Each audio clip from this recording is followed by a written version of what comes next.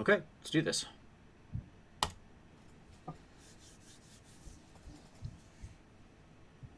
Hello, everybody. If it's Wednesday, it's Warhammer, and that must mean it's time for another episode of Warhammer Weekly. Joining me, as always, for the final show of 2020. That's right, we send off the year in style. It's Tom. What's up, brother? How you doing? Hello, friends. Exciting. You're really bringing the energy tonight, Tom. That's what I like to see. Thanks. Here we are on It's New Year's it, Eve. it's been a long year, and 2020 is almost over. Sure. I'm feeling the weight of that. Okay. All right. Well, you can feel the weight away. That's fine.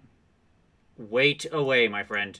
But at any rate, look, it's going to be a great show.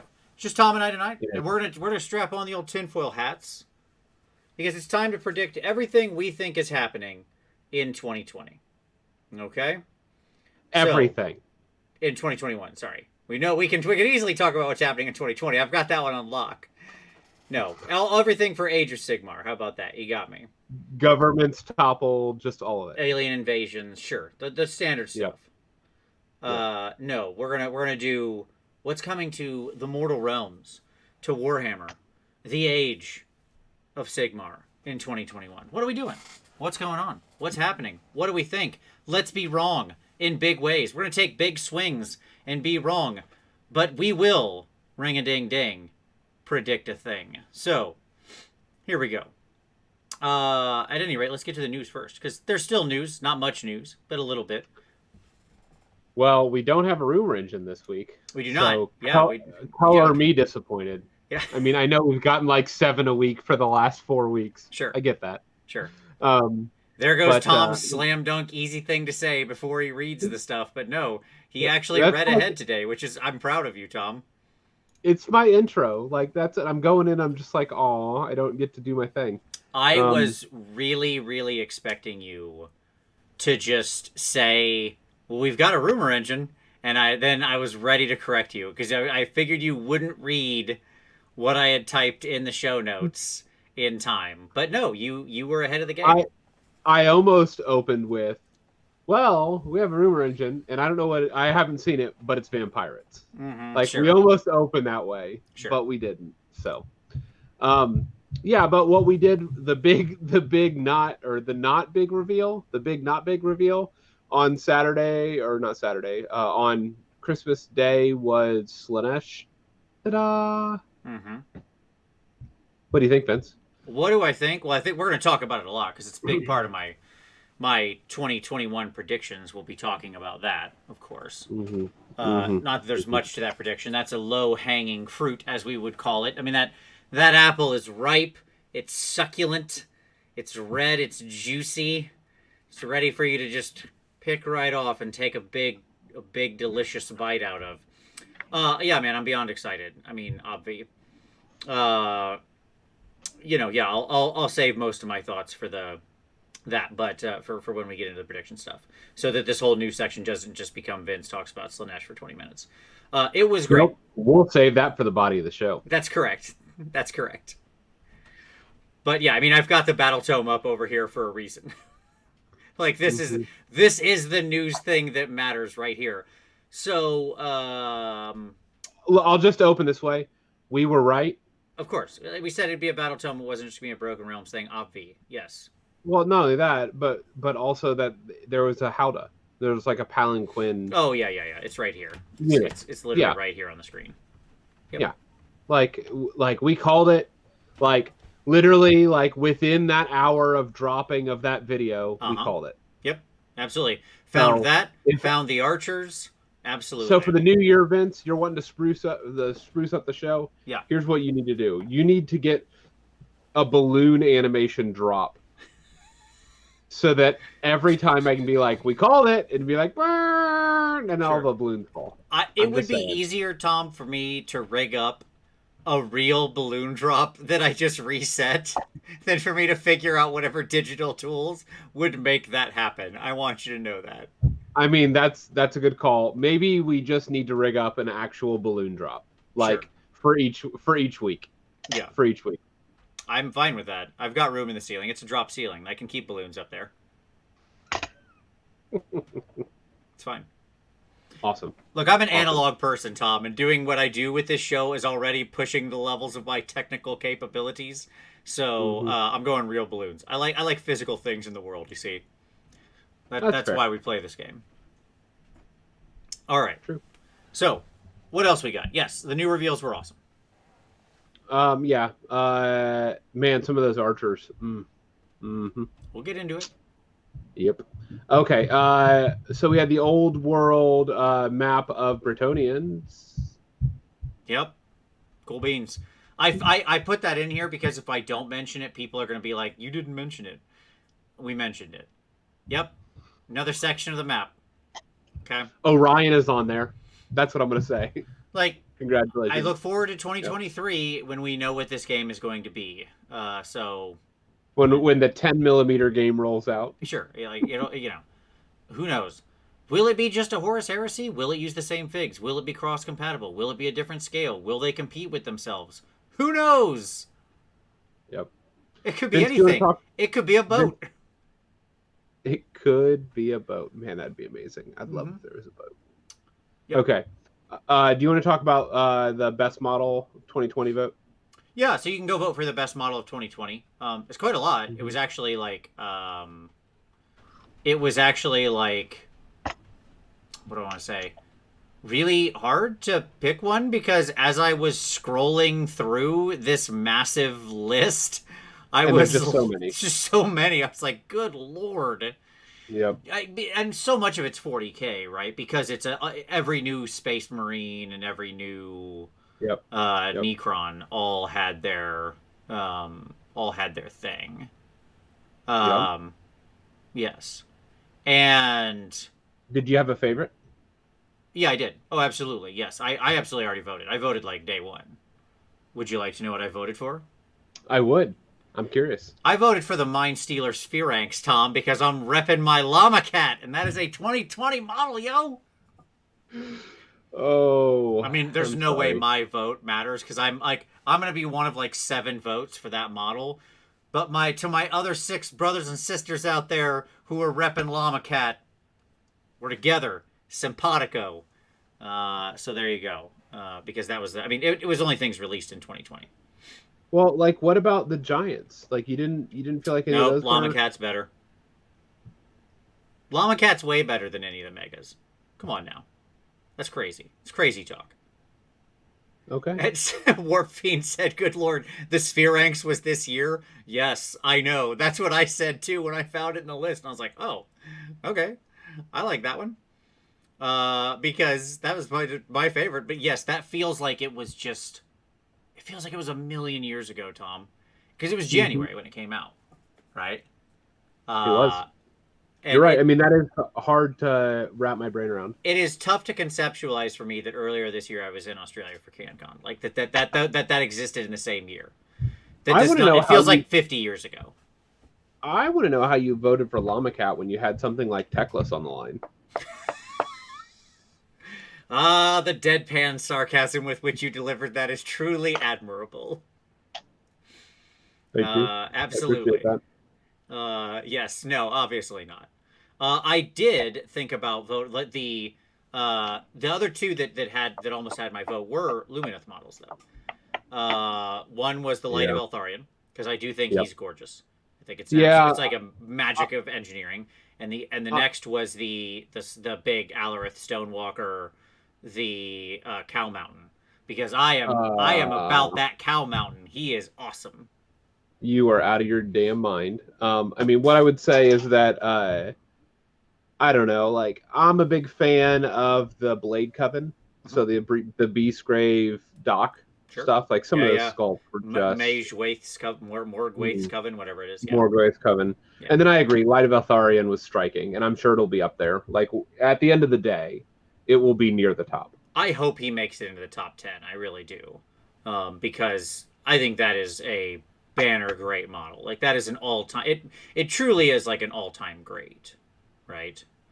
Yeah, like, I hate that it's so striking. Because it makes no sense to me. Because it doesn't have any real connection to the rest of the army because it's so kind of a standalone piece.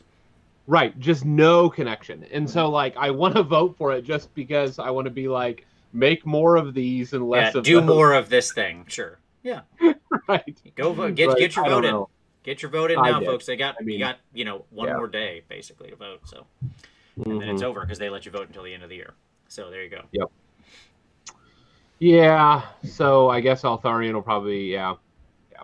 Anyways, that's happened. So we have a New Year's Day preview article. We do. And are you excited about that? Yeah, I mean, we're gonna see. It's gonna be fun to see so quickly how right or wrong we were about these predictions we're gonna make tonight. Because I mean, so few other times have we been able to do this yeah, and be fact checked so quickly. exactly, exactly. We're like instantaneously, we're gonna be like, nope, yep, okay, great. So I was talking with Amber tonight, and she's like, I was telling her she's like, what are we do? What are you doing the show on? And I explained it to her, and she goes, so do you guys ever like go back and like check to see how accurate you were? And I was like, whoa, that is not what we're doing here. Yeah, we go back and call back to it when we know we were right. If we were wrong, we just leave Right. that in the past. Like, forget about that. That's nothing. Right. Nobody watches old episodes.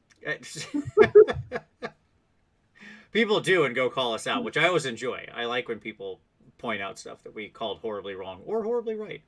So I mean, what I'll that's say always is this. I think it was somebody that pointed out to me that I called out the doc like 2.5 years ahead of time or Yeah, whatever. Yeah, sure. Yeah, like I don't think that was one that I caught for week 1 of AOS, and there's been a couple others like that have really like kind of caught us out. Kairos' vote is we're going to see the rest of the Advent stuff, the Palanquin for Slanesh, the Inquisitor kill team, and possibly hints toward the Death Underworld warband. Yeah, I would love to see the OBR warband, being that rumor engine is 9 months old. That contains the obvious OBR Underworld's warband. We saw it in March. Was it the Death one, or are they talking about the pirate one? I'd take either. I'd take either. I mean, both. There's 2 Death Underworld warbands. I would take I would take Vampirates or the Vampire warband or the OBR warband. Well, both are competing in the oldest rumor engines area. I don't want to get ahead of our predictions, but I suspect they'll do the Pirates in order to stir up more interest. Get that Vampirate hype up at 11, only to then crush our dreams. I can't wait. Yeah. It's going to be so good. Yeah. Okay, cool. What else we got as far as news go? Not a lot more. We have you're doing another survey. Do you want to talk about that for us? I do. I want to talk about it very much. Hi, everybody. Hello, audience out there who is watching this right now. If you look in the description, you'll see that there's a link to another survey. That's right. Not only is it the end of the year, but it's survey time again. Because we're gonna do. This is a survey I've wanted to do for a while. And there's not a... Oh, sorry. Let me just answer Legionnaires real quick. No, there's not a GW show this weekend, but they are doing a preview article on New Year's Day. Okay, there we go. Now, back to what I was saying. Hey, Goobs. Good to see you, buddy. So, here's what we're doing. I wanted to do a show about negative play experience for a while.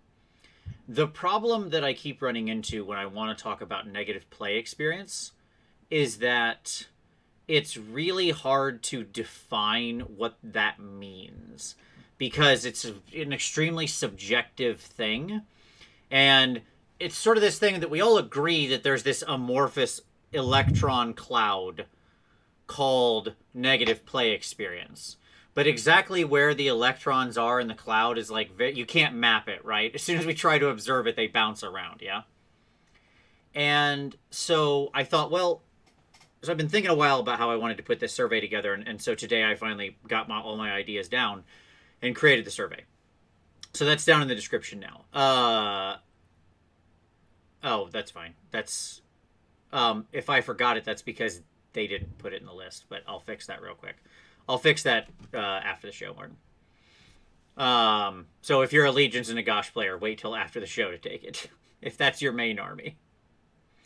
I pulled a big list, and apparently that person that I borrowed the list from, namely GW, didn't have Legions on it either.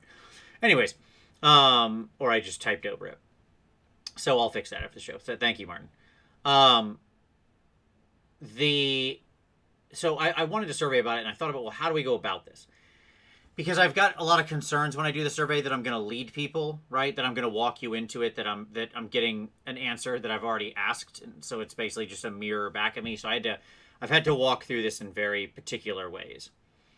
And I hope I've gotten to a way to identify not just what it is, but also like not just what NPE is, what the community considers it, but what they consider the worst offenders. If that makes sense, because there's both a yes it is, but there's also intensity. Does that make sense? And so I'm trying to pull those things apart. So hopefully the survey will work. I will warn you, this one does take slightly more time because I'm going to ask you to rank a lot of things. So you got to like move little boxes around on the survey and stuff because I'm doing ranking because I'm trying to measure intensity. The Survey Monkey told me the average completion time for this survey should still be 6 minutes.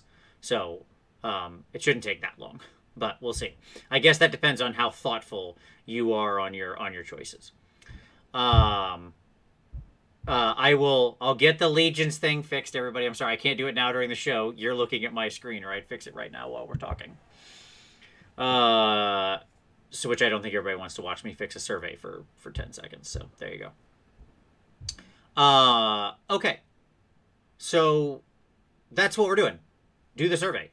Complete it. Check it out. Check it out. What's it all about? So, because we're going to do a show on NPE here in a few weeks. The survey will be open for 2 weeks, basically, from today. And then we'll do a show a week after that.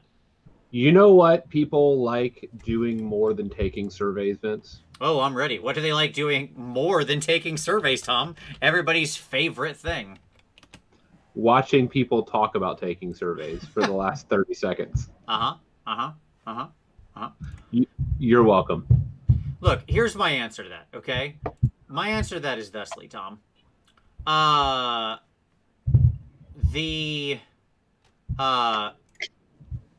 think we've managed to do some quite good analytics on our previous sort of shows around that. Okay? I don't disagree with that. And I plan to again. Like, I'm going to try to really make this one like rich as far as the synthesizing the analytics that we get out of this. There you go. Fixed it. While on my other screen, while we were looking, I fixed I gotta add it to 2 questions actually here. But I fixed it. It now has the Legions of Nagash. They're just gonna be at the end. Again, not a real army, but that's fine. All right.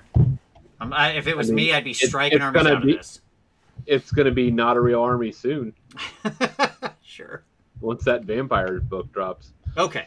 There you go. Fixed. There you go, everybody. Legions is in the list now. Sorry. Okay, yes, we're gonna try to 538 the NPE. That's exactly right. We'll look for my model, my predictive model that'll be coming soon. My interactive dashboard model. It's gonna be great. Well, it's gonna be your predictive model for the types of armies that Tom's gonna play next. Correct. All I can do is I can chart this out, and it'll be you're like tapping or something, and it's killing me. You're gonna be and whatever charts out to have the highest NPE. That's you. That's Tom. It's just like there's his army. Okay, cool. So that's the news. Fill out the survey. Check it out. Hey, but while you're here, before you're waiting on all the rest of that stuff, why not hit like on the show? Or if you haven't already subscribed, do that too. There you go. I'm gonna try to mention that stuff earlier. Yeah, because you're supposed to do that. So thanks everybody. Okay. Tom, let's talk pick of the week. What do you want to share with everybody? It's a great question. You know, there's just so much at the end of the year. There's just a lot of good content floating around. There is. Is that your ceiling? Is that what's making? Are your kids bouncing around upstairs, or is that you tapping? It may be a little bit of both, in fact. Gotcha. Okay. Well, we can't stop that, but don't you tap. Go ahead. Go, continue. Yeah, I'm pretty sure the kids are bouncing upstairs. Like, literally just thundering. Mm-hmm. What I'll say is this. I'm a big fan of 2+ stuff. You guys know this. And Doug has started a wonderful Soulbound lore series. So if you're interested in AOS lore and you want more information, go check out the new series of videos that Doug has started. They're just excellent. Like, they're the type of thing where I'm just like, you know what? I don't have anything to watch. I'm going to watch Doug talk about AOS. Yeah. You mean about Soulbound, but I know what you meant. Or Doug's videos in general, but yes. Yeah, but again, Soulbound is AOS. It's just 100% true. Based. Yep. Yep. Yep. No, there's just so many of them, and they're so loud. Yes, it's thunderous above you. When there's a puppy in the house, that just kind of happens. Sure. Because everybody's running and jumping and playing and frolicking. Sure. Okay. So at any rate, my pick of the week is going to be for our wonderful friend Mr. Mephisto, whose show I was on Christmas Eve. We did a great show hyping Slaanesh. Meph had a wonderful. He and I sat around for 3.5 hours, talked Slaanesh, talked a little about MMOs and fun MMO memories and times, and life in the universe and everything. So I will link that down below. Meph's going to be back on the show probably next month, or by that I mean February. Sorry, I guess it is still December.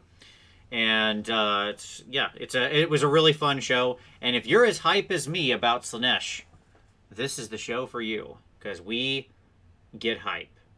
Yes, I shared many, many stories of Ultima Online. It was very fun. Okay. Oh, Ultima.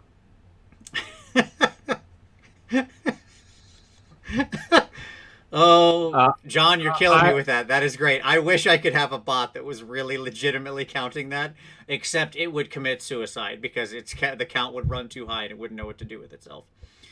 The bot would just be like, it's not worth living. This number is too high. Do they never say anything else? And then it would give up. At any rate, let's talk about some hobby time. Tom, have you worked on anything over this holiday period where all your kids are home with you constantly and you have a new puppy? Well, basically got a model done. Okay. All the highlights are done. I have to do my crackle paint on the base. And I'm finishing up highlights and getting ready to finish the basing on my 10-man unit of Thunderers. Nice. So almost finished 2 units this week. What is this madness? Tom has actually finished not just 1, but 2 things. 2 things, Tom. 2. Well, I mean, so much so that I was disappointed. I can't find my man that fits it, my gunner for my gun hauler. I'm not sure where he went because I painted them individually and he's gone now. So I need to find him somewhere on the floor, and that's going to happen. But that was a disappointment this week because, I'm actually building the model and putting it together and I don't have him. But yeah, so almost finished 2 things this week. Making good progress on those. Those should be done soon, and then I'll try to figure out what next 2 things I'm going to work on. So awesome. Well, for myself, obviously I finished up that last giant. He's back in the case now. So all my giants are up there. That army is officially done. 3 megas and 6 babies, 2,500 points, so I can run any combination I want. And I was very happy about that. So now we're doing something fun, which is I am painting this big giant 75 millimeter basically model, which is actually the statue of Saint Celestine out of the Battlefield kit. I got that for Christmas.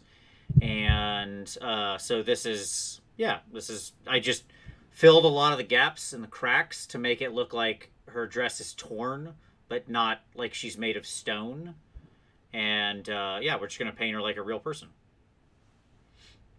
Neat. Yeah. So you got basically a 55 millimeter Saint Celestine. She's 75 millimeters. She's huge. And yes, I wanted to paint a big display. There's her head right there. And her wings are over there on that. Because, she's big sub-assemblies. And so yeah, it's a lot of fun. I've just been messing around with that. I wanted a nice sort of more display type project, but they're going to be working on that. I'll get that finished up here over the next couple days into this weekend. And then I also got my other Warhammer Christmas present was Rakesh's, I don't know, the 3 chariot box from Broken Realms. So I'm going to make myself up 3 sweet Crimson Cabal chariots so I can run that all in either Khorne or Slaanesh as the all-mounted army. Because I have 15 Chaos Knights for that force, and then I'll be able to do 3 chariots so I can do, sort of any combination of units to run the Ruin Bringers warband. So everybody charging, everybody mortal woundsing. It's going to be a good time. There you go. Sounds like a party. Absolutely. Look, Khorne Chaos Knights are everything I want Chaos Knights to be. Okay? Because they explode things that they hit. Yep. They're like Bane in the Harley Quinn cartoon. They love explosions. Okay. Checks out. Yeah, absolutely. Okay. Cool. So yeah. It's a very fun project. It's a beautiful model. I wish they would just make... Well, you know what painting that St. Celestine made me wish? That they would just make a few display models of their models. Like, just purely for painting. Make some 54 or 75 millimeter versions of some of their finer... Like, some of the really nicer models that are just there to do display painting with. I know it's probably counter to what they want, but I wish they would do that. I would love, like, a 54 millimeter... like squig hopper. Yeah, sure. Like we could all they know what's sort of the most popular, right? Just based on sales data or people's voting in this end of year model surveys and stuff like that. So it would be cool to make some just 75 millimeter display versions or busts or something like that. Call it the Masterpiece series. Okay. And do a bunch of like one-off things blown up to 55 millimeter or 75 or 54 or 75. Yeah, it would be beautiful. Like that's what I want to see. Okay. Yep. All right. So let's get into the topic. Here we go. It's time. Ring a ding ding. Let's predict a thing. All right. So Tom, here's how I want to do this. You ready? Okay. We're gonna do this. I am going in cold, so there is no preparation to this whatsoever. Well, I am not, but that's okay. I would expect nothing less of you, Tom. Okay. So we are going to do it by quarter. Okay. I brought up our little calendar. Yep. Okay. So we're gonna do this by quarter because I think that's just the reasonable way to do, especially since I think a bunch of releases. I don't even think they know for sure where they're going to happen yet. Sure. Okay. Sure. Yep. Because I think right now there's probably a lot, like at the end of the year with them having to move everything around and they know they're going to be slow in Q1. I'm sure they're hoping to be back to normal in Q2. But my guess is in like, on somebody's whiteboard, like on Pete's whiteboard behind him, whatever, he has like 3 plans written. Right. And just a bunch of question marks. Sure, like, here's plan 1. It's the most favorable. If we're able to get back on track, if we're able to get all these things shipped, then here will be the release schedule. Here's the sort of middling prediction. Here's your worst case scenario, right? Yep. And there's undoubtedly, like, they're just moving pieces. Because the reality is there's no way they, at this point in time, have, like, a set week-to-week release schedule for the year that they know for sure they will hit. Right? Yep. They've got to be playing it by ear as we end 2020 between new COVID strain and trade negotiations and, Nottingham going into tier 4 lockdown or whatever, just challenges. And how fast does the vaccine roll out and blah, blah, blah, blah, right? Okay. So we accept that so that's why I want to do it by quarter. Okay. Because I think that's probably less likely to move. Right? Yep. Okay. Yep. So, let's start with Q1. Okay? Q1 2021. Obviously, we're getting Slaanesh. That's where we're starting. I'll put this back. I'll put the Heat Knights book back up. That's slam dunk-a-thon. We've already been told. We've already seen the video. We'll get the palanquins spoiled here at some point, and that's basically the last model. Completely new book. I'm going to argue completely new rules. I think there will still be a summoning mechanic. I think there will still be something called depravity. I think it'll work completely differently. I think you'll have I think it will be, I think the locus will completely change. I do not think the locus of diversion will be like it was. Because the locus of diversion was a sort of manifestation of having units that there was nothing in the army that could take a punch, right? So if anything attacked you first, your unit just turned into mist, right? Yep. But the reality is now you've got the Painbringers, who clearly are heavily armored with a big giant shield and will have at minimum a 4-up, if not a 3-up save, or some kind of rerollable save or whatever. Yep. You've got the Twin Souls, who will probably have some armor to them, right? Yep. So there will be potential anvils in this army, right? Or at least things that are better at taking a punch than what they have right now. You'll still have access to all the demons. It's still called Heat Knights of Slaanesh. They're not eliminating any keywords, right? So everything that was in the original tome is a Heat Knight. Everything that's in this tome will be a Heat Knight. All the mortal and demon units will be integrated, and done and dusted. Job's a good one, right? This version will be proofed for AOS 3.0. Sure. I bet the other one was not. Okay. Yeah, 100% that's true. Now, a small note, the logo did not change. Okay. Yeah, I don't know if that is as determinative as you might think it is. I'm just saying. I understand it was for the first edition. Yeah. Last time when we were riding into second, the Nurgle logo changed. Okay. Yep. And that was because a big narrative event kicked off at the same time. Now, I'm going to talk about AOS 3.0 and how I think this is rolling out. But okay, let's we'll go. We'll figure it out. What do I think of 2 Heat Knight books between Stormcast books? I think it's a beautiful world we live in. That's what I think. And we should all be so lucky. I think the Heat Knights book is going to be fantastic. I love the new mounted guys. Their new little anteater horses look fantastic. The chocobo guy. Yeah, the chocobos. The new chocobos are great. The one with the open mouth is like awesome. Just, he's got a pierced tongue, which is hilarious to me. Both of the sets of riders look really great. The archers look amazing. And obviously seeing the whole, I really love this Landgore. Being clearly like slightly smaller Doom Bulls, I think is fantastic. And so I think that like all in all, I couldn't have been more excited about these releases.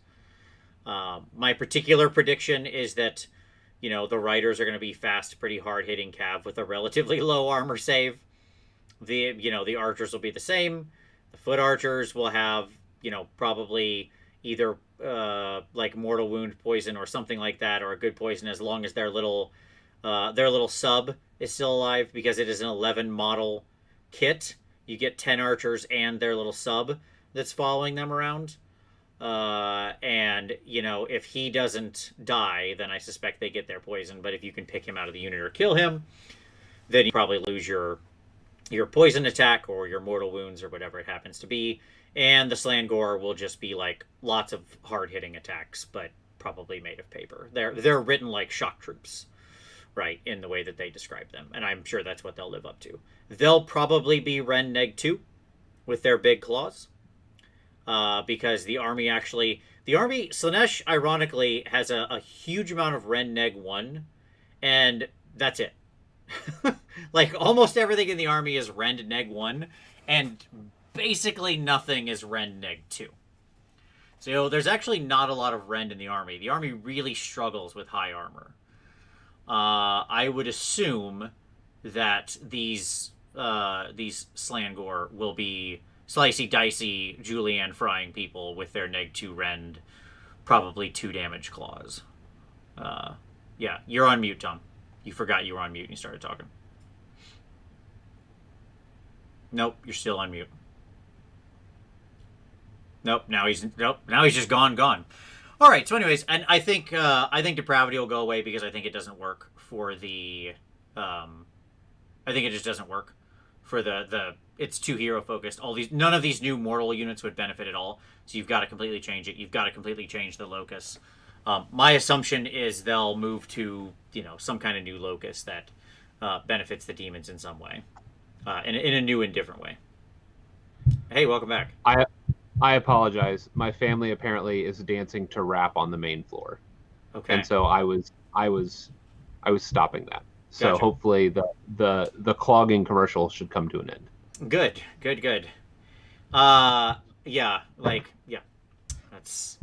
okay. Many thoughts swirl in my head. I apologize, everyone. No, it's fine. It is what it is. Okay. Tom, anything else you want to say about the Slaanesh thing? No, I think it'll be wildly popular. I think that it will, like, because they needed to release a book, that tells me that there are significant changes. It's not just new War Scrolls. I think there are significant Allegiance ability changes. I don't know if I would go so far as to say they're changing depravity completely or whatever that looks like. I don't know. Who knows? I think the summoning chart will stay the same. I think the way you if they how keep you generate depravity. Yeah, exactly. If they keep the way you generate depravity as it is written now, then you might as well have not printed all these new units. Just throw them in the bin. They're garbage. They're useless. Every one of these, I don't care what their rules are. They're garbage. Because the entire engine of the book runs off of depravity. And everything you put in that army that isn't a hero saps your ability to make depravity. Maybe. Unless they write that... Unless they back into it. And have these new units gain depravity if they do X. Sure. Then you can keep it. Right. Or you just say what if you just said anytime you do a wound that does not kill on any unit? Sure, if you got rid of the hero level of it, sure. Right. And that's what I'm saying. And so they could keep depravity as is, but say everybody generates depravity. Everybody does. Yeah. And it generates depravity both doing damage and receiving wounds. Any wound not done that does not kill a model generates depravity. Yeah, my honest answer is I would love it if they obviously you can't just make that change wholesale because you'd shoot the amount of potential depravity through the freaking roof, right? Right, you just change all your values. Yeah, you'd have to wildly adjust the summoning table. But here's another thing: I kind of honestly hope that they jettison that mechanic because if you've ever played Slaanesh, you know it's playing CPA the army.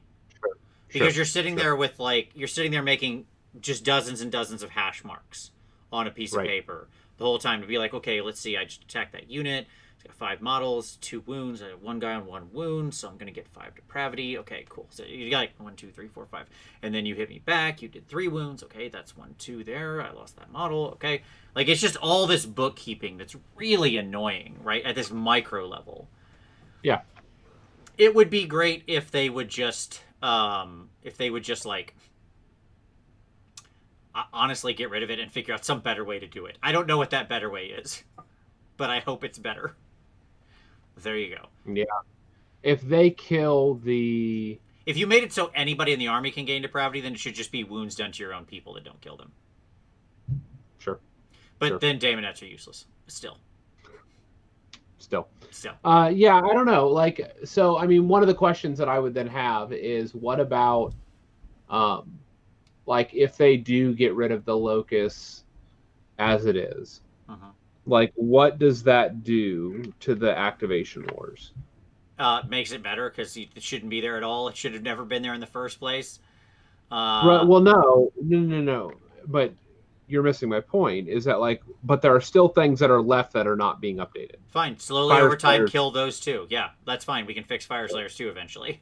Let's just remove the dumb things that make that happen out of Fire Slayers and we can call it a day. And then we're basically out of this nonsense. You know what I'd replace it with? The Locus of Swiftness. It's that easy. If you're at the start of the charge phase, if you're wholly within, or during the charge phase, if you're wholly within X inches of a demon hero, you can charge 3d6 and may declare a charge at a unit up to 18 inches away. That's what the army should be doing. It should be speed kills. Like, Slaanesh should be just easily faster than every other army in the game. That's not out and out teleporting. Nurgle would like to have a word with you. Yeah, that's my point. Like, we shouldn't be in a foot race with Blight Kings. That's ridiculous, right? So, like, the just giving the entire army, like, if you're organized correctly, 3d6 charge is one. Sure. That's not unfun. Like, that's cool.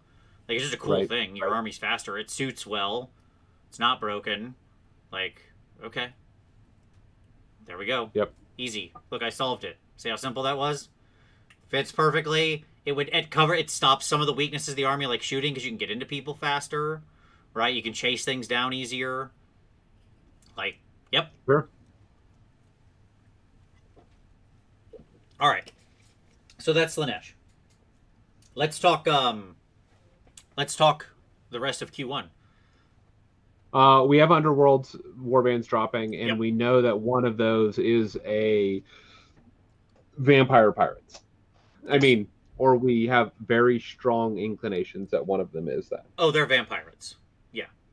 100%. I would agree with that. I would agree with the warband is. I don't know that the army is, but I think the warband definitely is. I don't think we'll see that drop. I don't think we'll see that book drop in March. Okay. I think that is a Q2 drop. 100% agreed. Here's my prediction. Other than the warbands and this Slaanesh army, we're not going to get anything for AOS in Q1. I disagree with that. Okay. Because I think that the narrative is going to get advanced with these Broken Realms. So you think there's a Broken Realms book in March? I think March. Because I would love to say that we have a Broken Realms book in January, but I don't think we're going to. Well, they basically said the next thing that's coming out for AOS is February. Is this the next battle tome? Is what they said. Well, the way that it was phrased was, if you're a fan of AOS, your next release is coming in February. Is basically how they phrased it. But sure. Yeah.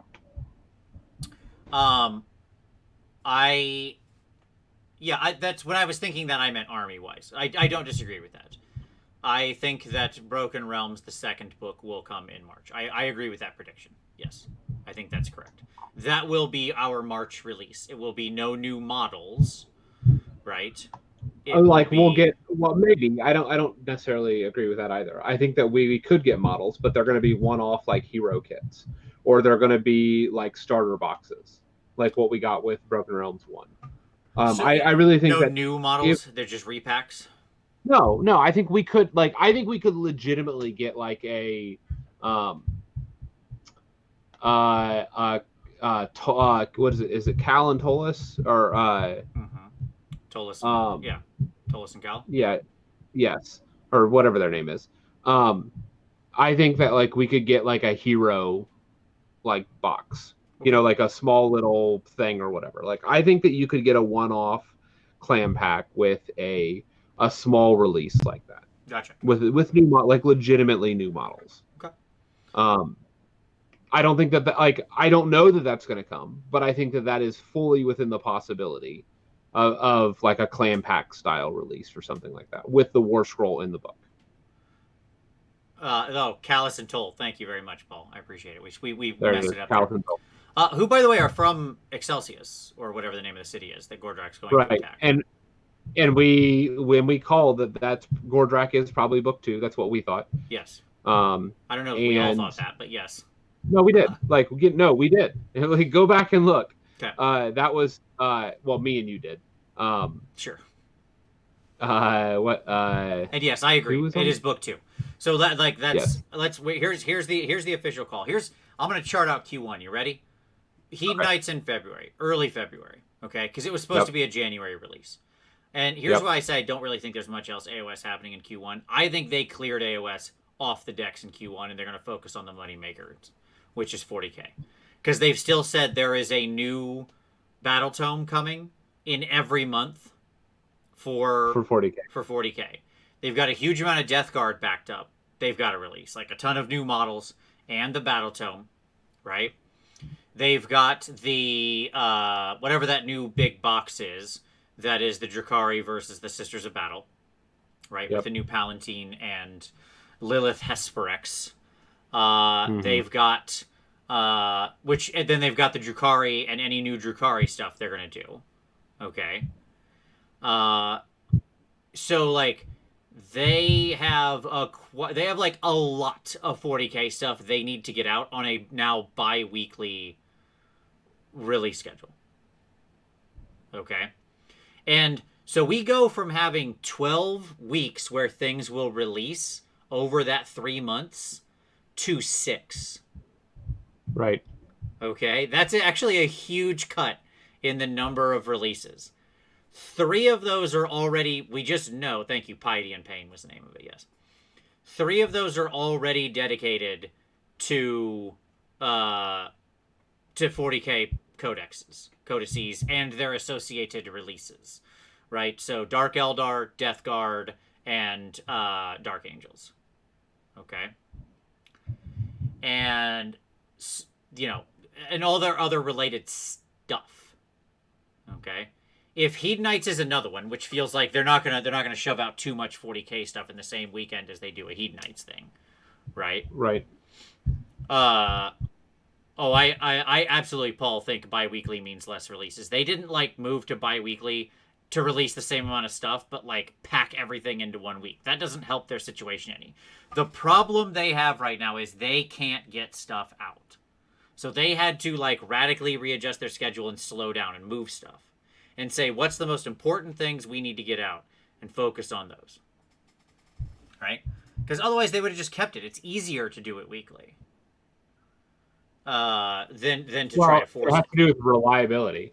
Like they could have went to bi-weekly with the understanding that like if they can get everything in place to move it, that they can release all the content in those 2 weeks. So it gives them larger lead times to confirm their next release.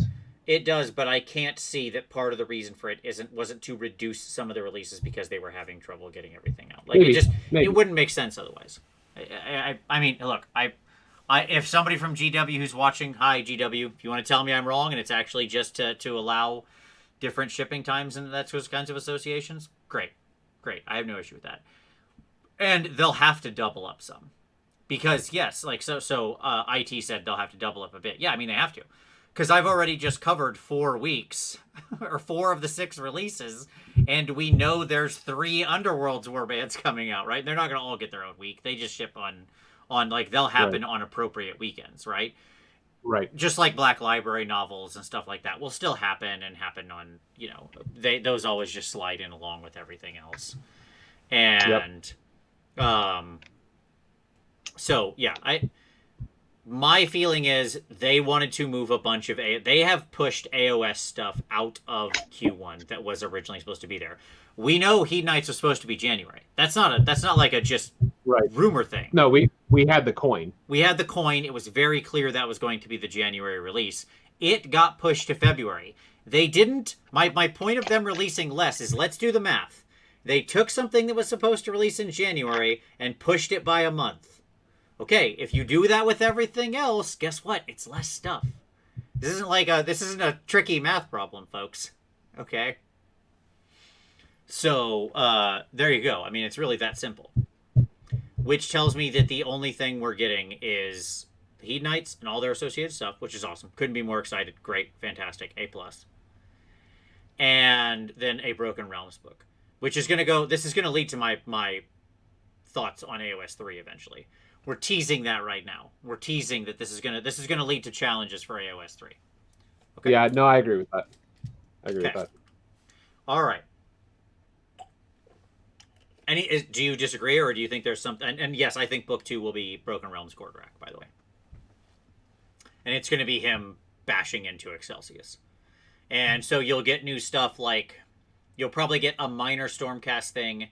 You'll get a big focus on multiple, and the rest will be big focuses on, like, the big 3 destruction forces taking part here. which would be all your Orc war clans and your Sons of Behemoth.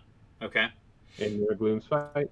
And your Gits. Sorry, yes, I think Gits will get the minor end of that treatment, which is why they got all the White Dwarf stuff, right? Yep. And then there'll be some wild card they throw in the mix. I don't know, because like I think they'll try to aim for 5 in a book, but I don't know who the heck the wild card is. Maybe another Chaos thing. They like throwing in a Chaos thing. I think that we'll get a Callous and Toll set of models. I'm going to go out and say it. I think that we'll actually get those. Okay. I disagree, but I would love it if that was like if we got a cities thing through that in some way. That'd be cool. And I could see a cities Excelsius. Oh, thank you. Yeah, Maw Tribes. Yes, I think honestly they might not touch Suns at all and might do Maw Tribes instead. So. Yep. That's what I'm thinking. But yeah, it'll either have 5 or 6 things in it, mostly focusing on destruction. Maybe a minor mentioning of Stormcast since it's the Gates to Aesir, probably a cities thing, and then there'll be some kind of spoiler guy in there. Because they always love having one weird, random thing, right? But I have no idea who that would be. I mean, they could pull out anybody. It's like the Idolaters. There's no way looking at Broken Realms Marathi beforehand you would have said, what we're going to get is a Chaos Chariot-focused Chaos faction, like... that was a very like, left field call. It could be like where Fire Slayers get slotted in. Sure. Or something like that. Just a random... I mean, given the focus on destruction and order, you would guess that they'd use Chaos or Death as the weird spoiler faction. Just having some kind of play. Sure. Okay. I can see that. Okay. Cool. So that's Q1. Q1 done. I suspect Q1 will be kind of quiet. Let's look at Q2. So this is April through June, obviously. But before, Tom, we look at that, I would like to bring up to you this week I did it. That's right. I made a little accumulation of a bunch of different rumor engines. I got them all together and made us a little picture. Okay? Aww. And it'll come up on screen for you in a minute if you're watching live. Okay? Yep. And so I gathered... Now, there's a lot of unanswered rumor engines. Okay? This is not all of them. Okay? Let's be 100% clear. This is not all of the unanswered rumor engines. Yep. I grabbed a selection of things that I thought would be informing our predictions for Q2 and beyond, now that we get into the unknown space. We are beyond the red line, Tom. We are jumping way beyond the red line. Okay? Okay. All right. So say we all. So, at any rate, let's talk about that top row plus the little bone flute, because I couldn't fit them all up top. So I just kind of set it off to the side. So it's kind of this area over here, right? It's the top 5 plus the one on the right side. Okay? Yeah. Okay. Death, death, death, death, death, death. I could see that bone flute being Nurgle. Perhaps, but I'm going to roll it in with death here. Okay, it's on a different line. Fine. The reason why I say that is just simply because we have that exact aesthetic in Plague Bearers already. I know. It's kind of on that line where it could go either way. That's another reason I offset it, right? Was because it's the questionable one, right?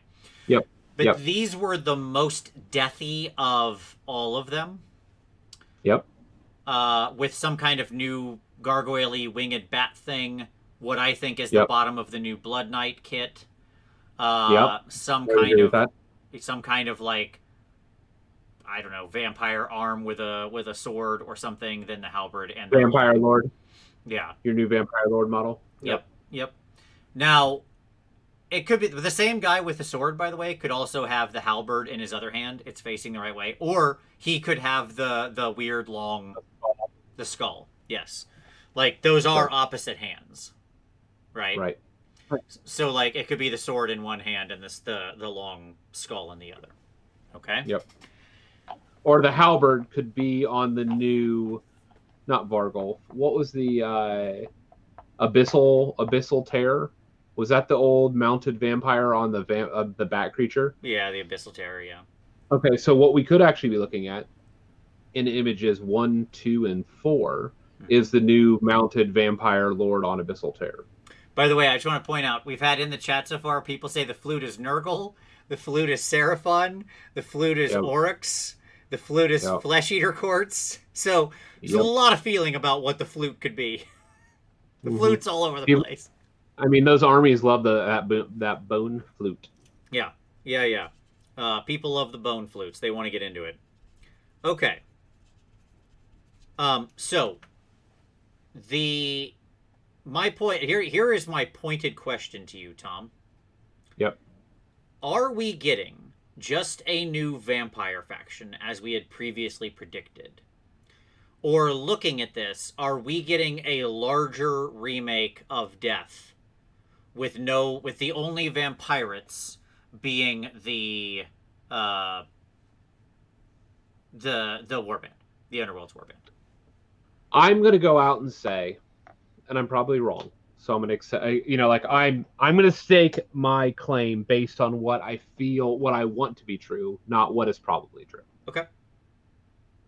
And what I want to be true is I want it to be a vampire book with kind of 3 different sub-factions at least, and one of those being vampire pirates. I want that to be true. That is probably not the case. We are probably just getting a normal vampire faction. And then the vampire pirates are the one-off warband. Mm-hmm. That's probably what's going to happen here. Right. That's not what I want. That's probably, like, statistically, that's what's going to happen. Sure. Yeah. I feel like we're getting a pretty big push into vampires and then their associated minions. As I was re-looking at all of the rumor engines, right? And really thinking about this release. So here's my Q2 predictions. Let me lay this out. Here we go. Okay, March we had that Broken Realms talked about. Now we're into Q2. I think the next Broken Realms book, where they want it to be, it's going to happen in Q2. I think there's one happening in Q2. Okay. You mean a new book release? You're saying a new Broken Realms book. Oh, okay. Broken Realms. So you're saying only one book dropping in Q2. Okay. Yep. Because of the necessity of how this has been pushed along. Because otherwise they'd be back to back, month to month, and that's too fast. Yep. Right. If they put it in April, it abuts March. If they push it to May, then they can't do the next one in June. That's the math I'm doing here, right? Right. Okay. So we'll get one Broken Realms book. Okay. Yep. And if you want to see what exactly we think Broken Realms book 3 is, we covered it all in the Broken Realms prediction show. But my feeling is Broken Realms 3 will be the Slaanesh focused one. Okay. That's when I think that Slaanesh escapes, or the progeny, the protean form picks its shape, right, or whatever. Like, that's when all of that comes to pass. I think they're buying time on the main storyline with Gordrak and all of that stuff happening and setting those pieces into motion. Then they come back to it in this, and that's where we get a pickup with Slaanesh and protean form and all of that. That'll be a nice pickup to add some additional stuff to the Slaanesh release that had come out a couple months previous to that. They love that crap now, right? Putting out a narrative thing that supports something they just released because they know it's hype and people will want to go pick it up. Yada, yada, yada, right? It's the same way they're doing, like, the Nurgle. They're doing the Death Guard Codex, and then they're doing the Death Guard storybook back-to-back in 40K, right? Yep. So, my thought is May. May is when we're getting new Death faction, okay? Which will be a largely Soulblight vampire-driven release, okay? It is going to be... It will have a remake of, like, the Blood Knights. It will introduce some new vampire stuff, as well as refreshing part of the line. I am exactly in your boat, Tom. Like, putting on my realistic hat, I want there to be a vampire sub-faction so bad. Okay? And I hope there is. I really do. Like, I think it would be fantastic to have a new Mortarch of the Abyss and so on and so forth. But I think they'll probably use the opportunity to just give, like, a new exploration of Soulblight and not pigeonhole any of them so tightly into a particular aesthetic. Right? I think they'll construe them more broadly. That's okay, though. If we get a bunch of sweet new vampires, you know what you can do? Make your own vampire. It's super easy. It's very easy. Not happening. Not happening. It's If very they easy. don't do it, I'm not going to make the army. You say that now, but I know you're a liar, Tom, because I know you love the classic vampire aesthetic too. And when we get a bunch of sweet new vampire models, you're gonna be like, "All right, never mind, I'll get those too." Like you're gonna be back in either way. I know what it'll be. We'll see. We'll see. Indeed. Yeah, there you go. That's my May prediction. I mean, so what do we have for April then? Do we have a release in April? No.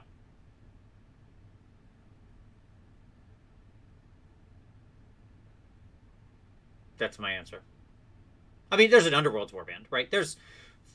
Underworld's Warband 4, 5, and 6 will still come out month to month, right? So, because those are all prepackaged stuff. They probably have most of the season already made and ready to go, and they're just releasing it. So you're saying June then is Broken Realms Book 3? I'm saying they'll probably do the vampires and the Broken Realms in either. Yeah, the Broken Realms will either be May or June, but set apart, right? Because like maybe they do the vampires in early May and the Broken Realms at the end of the month or something like that. Because I think the Slaanesh book, if that's what we have here, is when the new Lumineth drop.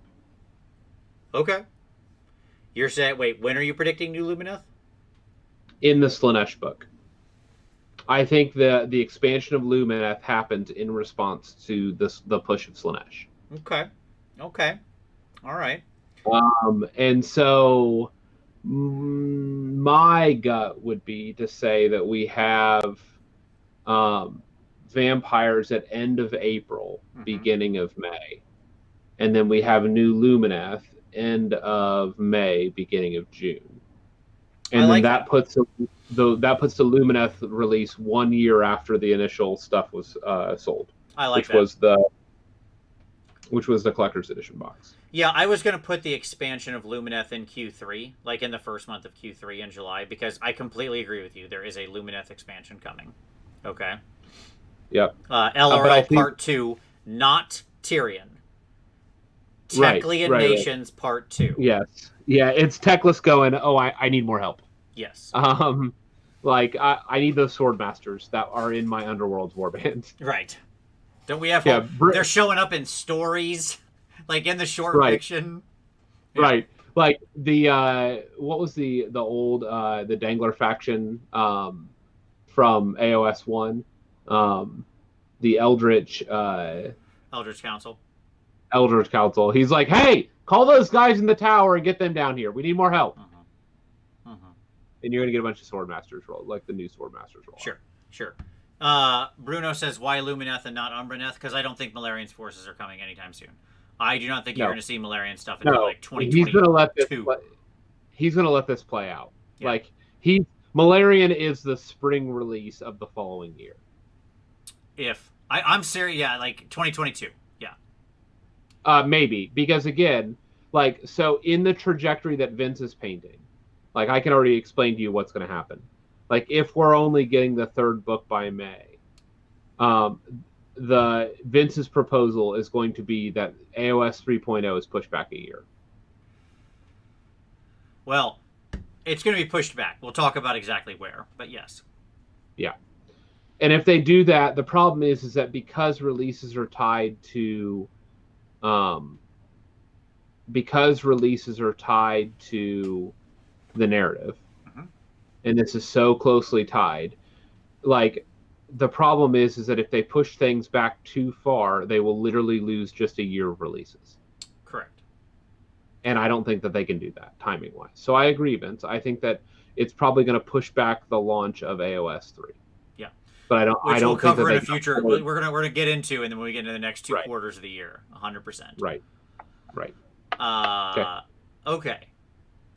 So I like your idea. I think LRL Part 2, the obvious other sort of kits that are out there, I think it would be great. I think those fit perfectly in a Broken Realms style release, right? Where they put out, because you could do it with 2 new units, 3 new units, something like that. It's probably not many, right? It's a small amount of additional kits.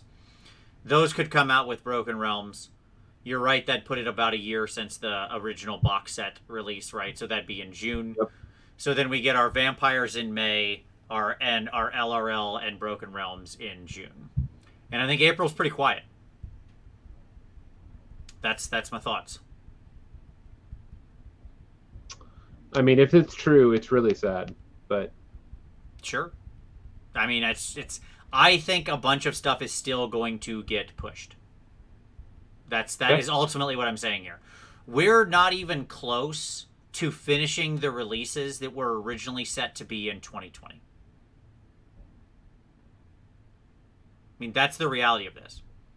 All the Slanesh stuff originally, like we talked to getting pushed from January. It was like pre-COVID planning. It was a late Q3 release probably in 2020. Like we're 4 or 5 months off of plan right now. Yeah. Okay, that's a huge push of what's been pushed here. They're gonna have to move stuff.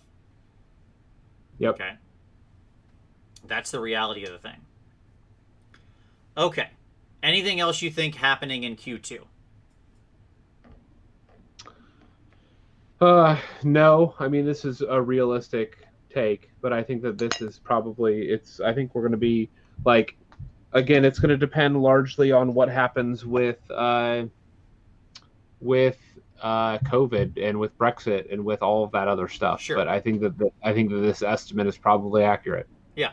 Like what I'm proposing is that to really nail this home for everybody, let's really lay the initial plan. When they started 2020, because they know they certainly lay out their year's releases, right? Because their playtesters are working a year in advance and so on and so forth, right? Their book, the sculptors are 3 years in advance, the books are 2 years in advance, and and so on and so forth, right? There's this 3-year cycle that's happening, and undoubtedly at the start of the year, just like any business, by the way, you plan your releases. Like, in fact, they probably do it in Q3 or Q4 of the year previous.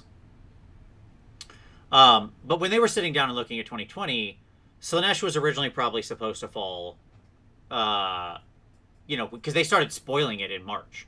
They certainly originally thought they were going to have it all out by, Q3. Right, so if it was originally September, which is where they like to put an AOS release, right? Like after the hype of 40K 9th edition, that would have been a big hype item to drop for AOS, right? Because they know this is a big deal. They got all these sexy new models, super cool, would have driven a lot of stuff. That means they pushed it October, November, December, January, now February. How many months into 2021 are we going to get before we finish off what was supposed to be released in 2020? Right? Yeah, I don't know. Yeah. Because I suspect those Lumineth were supposed to be sort of a final release of the year in November of 2020. Yep. Okay? Like, I don't think there was supposed to be that kind of a distance between the initial Lumineth and the second Lumineth drop. Right? I think they were really intending to expand the army fairly quickly. Okay. Cool beans. Q3.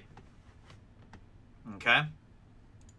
So Q3, July through September. I have my little calendar just so we can all remind everybody. All right. All right. So Q3. I'm just time stamping all this.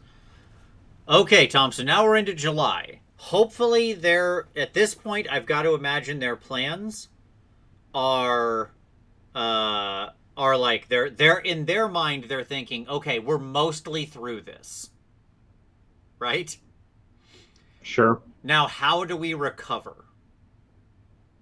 Right? Like, how do we get back on track? They're hoping that by July, the vaccinations are widespread. Trade stuff's worked out, right? Like they're hoping to be on the other side of this. Notably, GW's fiscal period runs until the end of May. Like they run a weird fiscal calendar, right? So it runs June through May, basically, right? Yep. So they traditionally like big releases in June, July. They want to kick off their first quarter like a big revenue driver, right? Yep. And so we just kind of plotted out their June for AOS. I think the big stuff pushing in June will still be a 40K thing. Because, I mean, they'll be doing at least a codex a month for 40K. along with Right. all their new releases. Like there's probably a big Yep. work release for 40K coming, stuff like that. I think we'll see the next Warhammer quest drop. Okay. All right. So Q3, you're predicting like a new Warhammer quest. Mm-hmm. Mm-hmm. Okay. I'm gonna go out there and say it. Like, and I think that it'll be an AOS based one, and it'll be something like the ruins of is it Excelsior? Is that the city? Excelsius. Let's say Excelsius. The ruins of Excelsius, or something like that. Ooh, that's neat. That's neat. Because we haven't seen anything from that product line in a long time. Sure, sure. And Blackstone Fortress was relatively successful, and it's now run its course. It has, and so I think, and that's a one-off. So that's something that's independent of the narrative largely. Like after they get that narrative developed, they can drop that, and it's a new product, like it's a new revenue source. Okay. Okay. And so I think that we will have something like that. Sure. Paul pointed out could also be Anvilgard Harkuron. Like that's a city with a lot of sewers and weird stuff going on underneath it. So you could also have that kind of thing. I mean, because the last one was Warhammer Quest Shadows over Hammerhall. Right, where you were kind of underneath Hammerhall and stuff like that. Yep. Yeah. Yep. So. I like Paul's prediction, but I'd flip it around. I think it's going to be the Anvil Guardians as the heroes and the like Dark Elves and Doc as the enemies. Like it'll be this weird box set where you're fighting a lot of other Order forces. And then they'll probably also be like Skaven in the sewers because there's always Skaven in the sewers everywhere. Well, if there are sewers, then there are Skaven. Imagine this construction: the majority of the game is in the sewers, True. and so you're the Anvil Guard survivors, fending off the new city inhabitants. Yeah, that's what I'm saying. Yes, in other words, the Anvil Guard, like the Anvil Guard partisans, trying to go in and begin exploring how to retake the city. Your insurgents. Yes. Yes, exactly. I think that would be super cool. And it seems like it's a good setting. Like it's a really cool city. It's got a lot of interesting stuff you could do. It would set up it would be really neat to get a new. It would give them a chance to do just some weird one-off sculpts, right? Like they could have a new Dread Fleet or a new Fleet Master, like Black Ark Corsair Fleet Master. Imagine the box value if they did like a Witch Elf set, like a Witch Elf sprue set,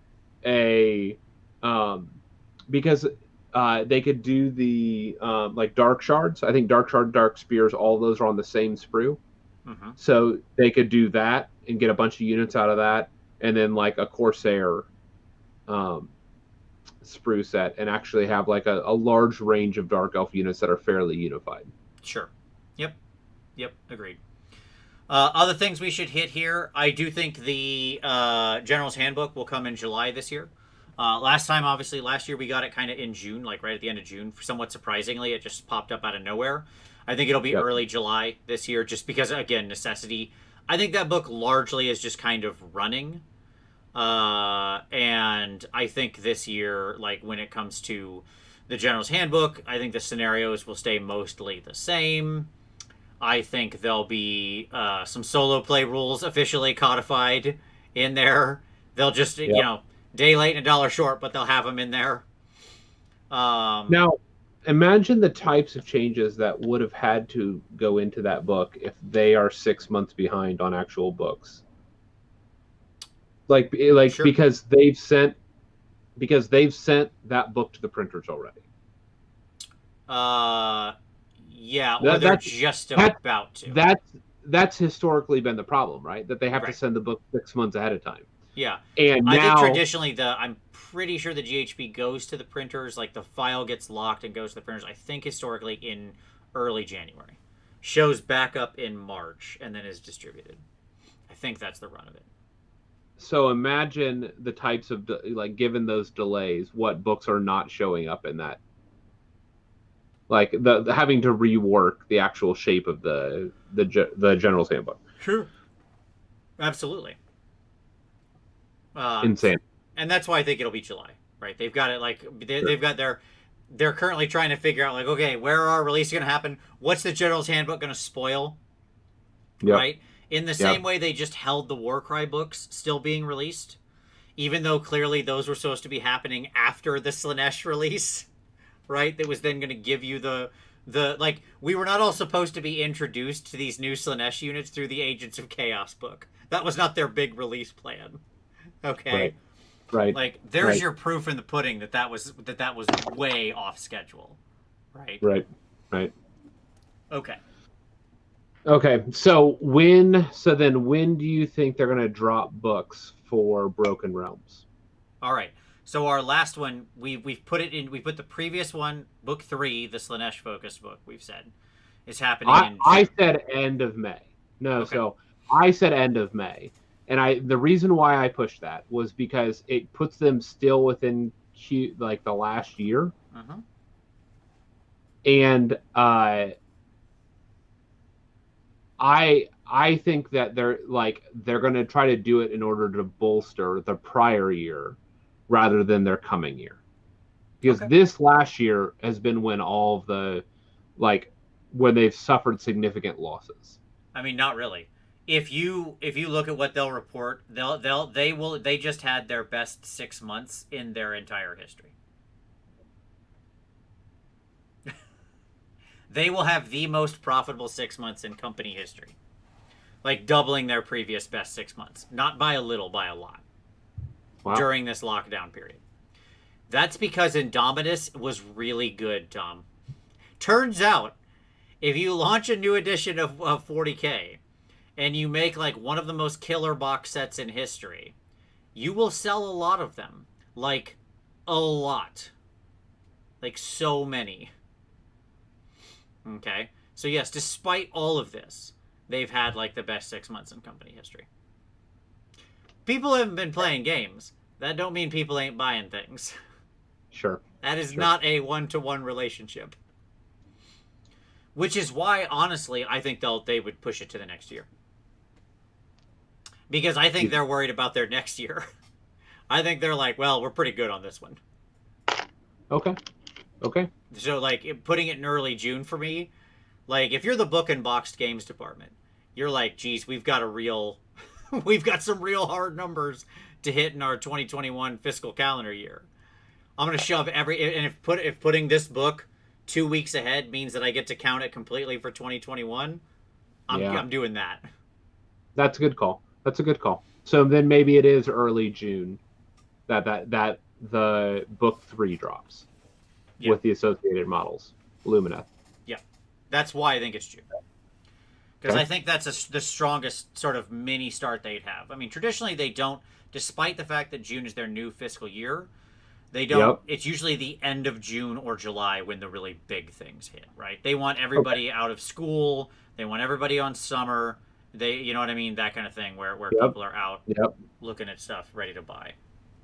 Okay. So then when is book 4? August?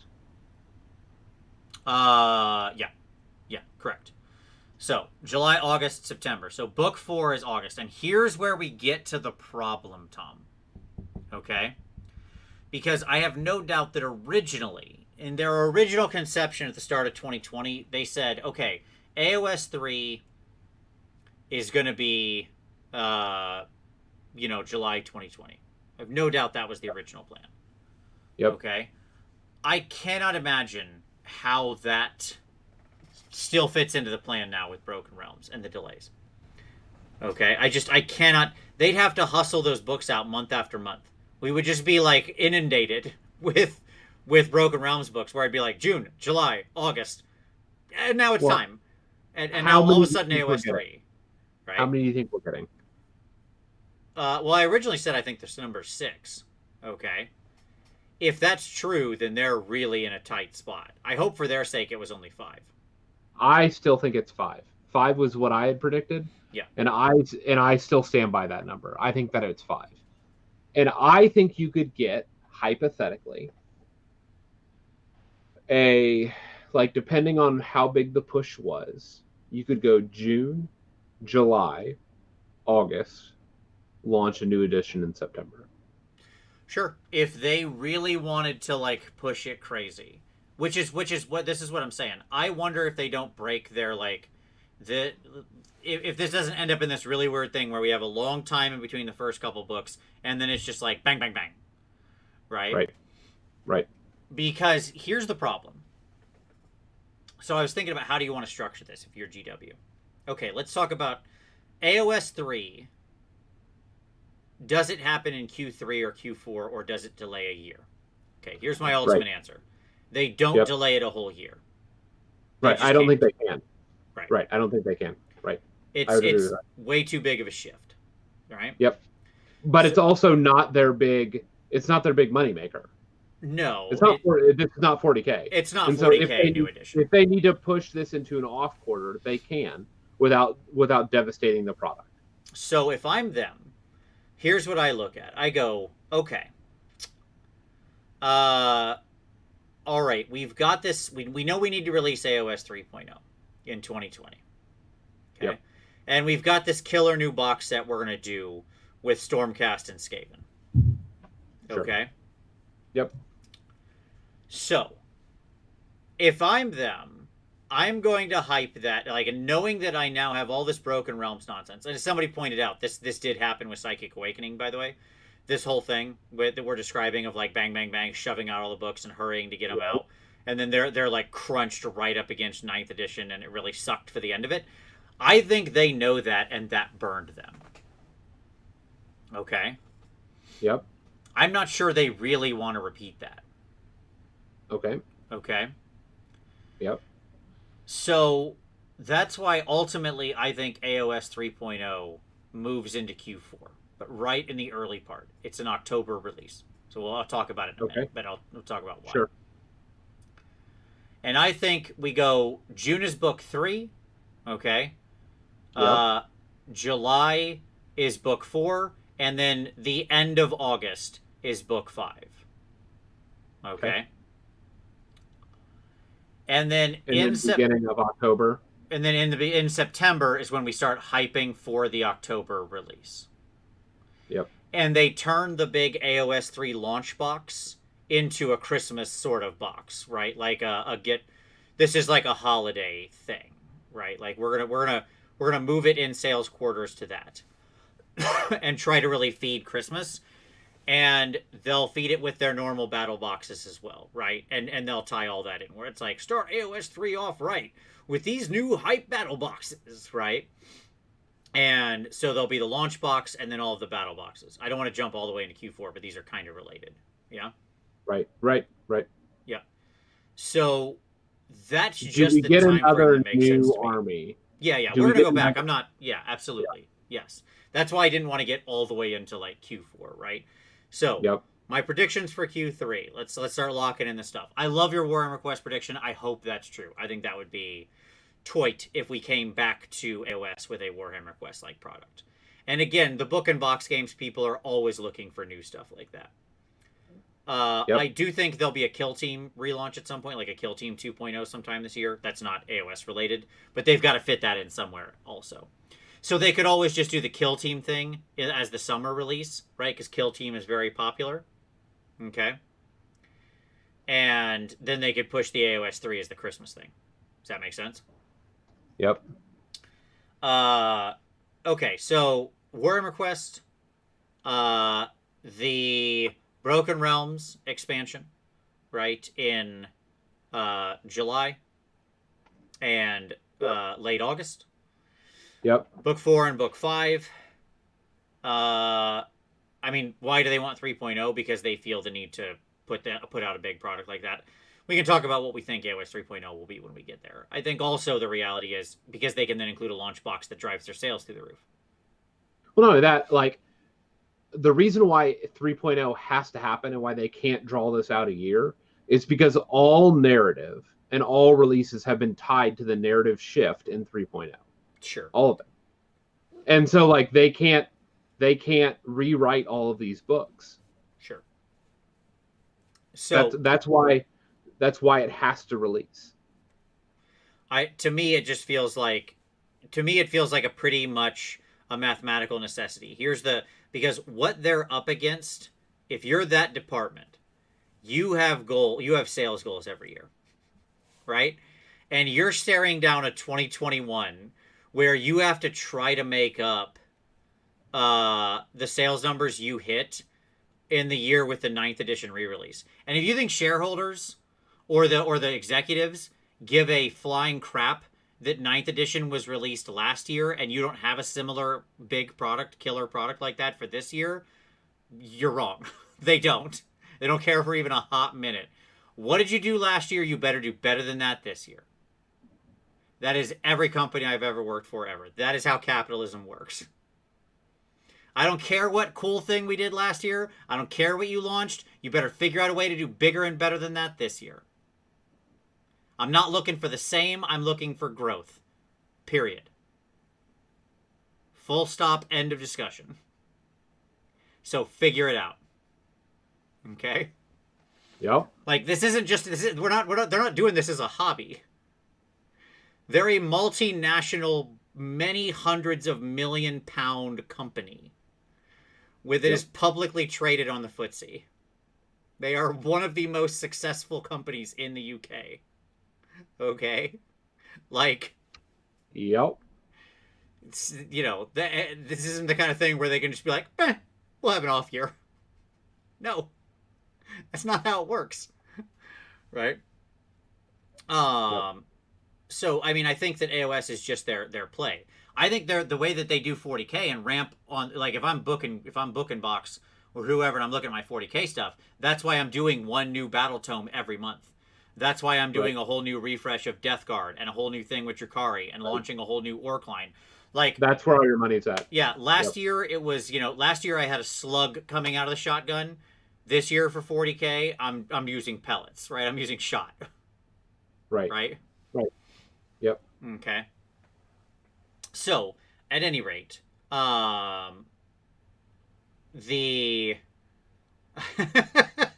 Thank you, IT. I appreciate very much you getting my quote there. Yes, absolutely correct.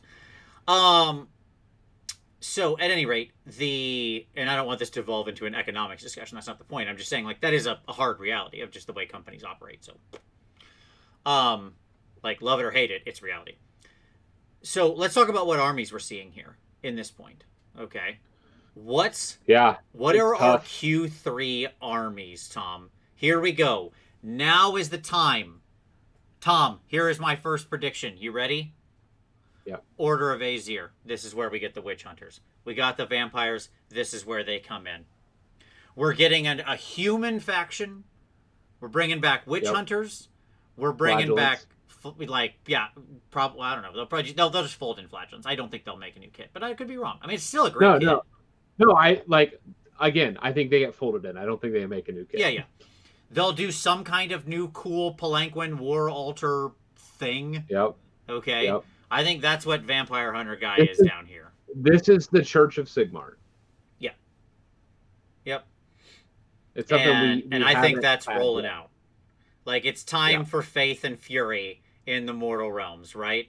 Silver Rapiers. This is where the Sisters of Sigmar come in. Oh, 100%. We could resurrect that concept. Yes. Like, there's so much that they could do with that idea. And we've gotten little hints of these models, like the rumor engines that are on screen now. Yeah. You have the Adeptus Sororitas, and suddenly they're like, well, that was really successful. I wonder. Wow, we sold a lot of that. we did. Sure. And so maybe we could bring back something similar in AOS. Mm-hmm. Yeah. I mean, can you imagine what a redone War Altar looks like in this world? Yeah. Okay. Especially after we saw the Sisters of Battle one, like the relic one, like the relic. Yeah. Pounds The Triumph or whatever. The Triumph of Saint Catherine. Blah, blah.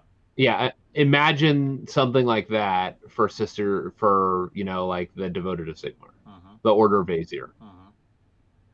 Yep. It would just be stunning. Slam dunkaroonie. By the way, there are pictures I didn't pull. There's actually quite a few rumor engines of what looks like normal human dudes. Okay?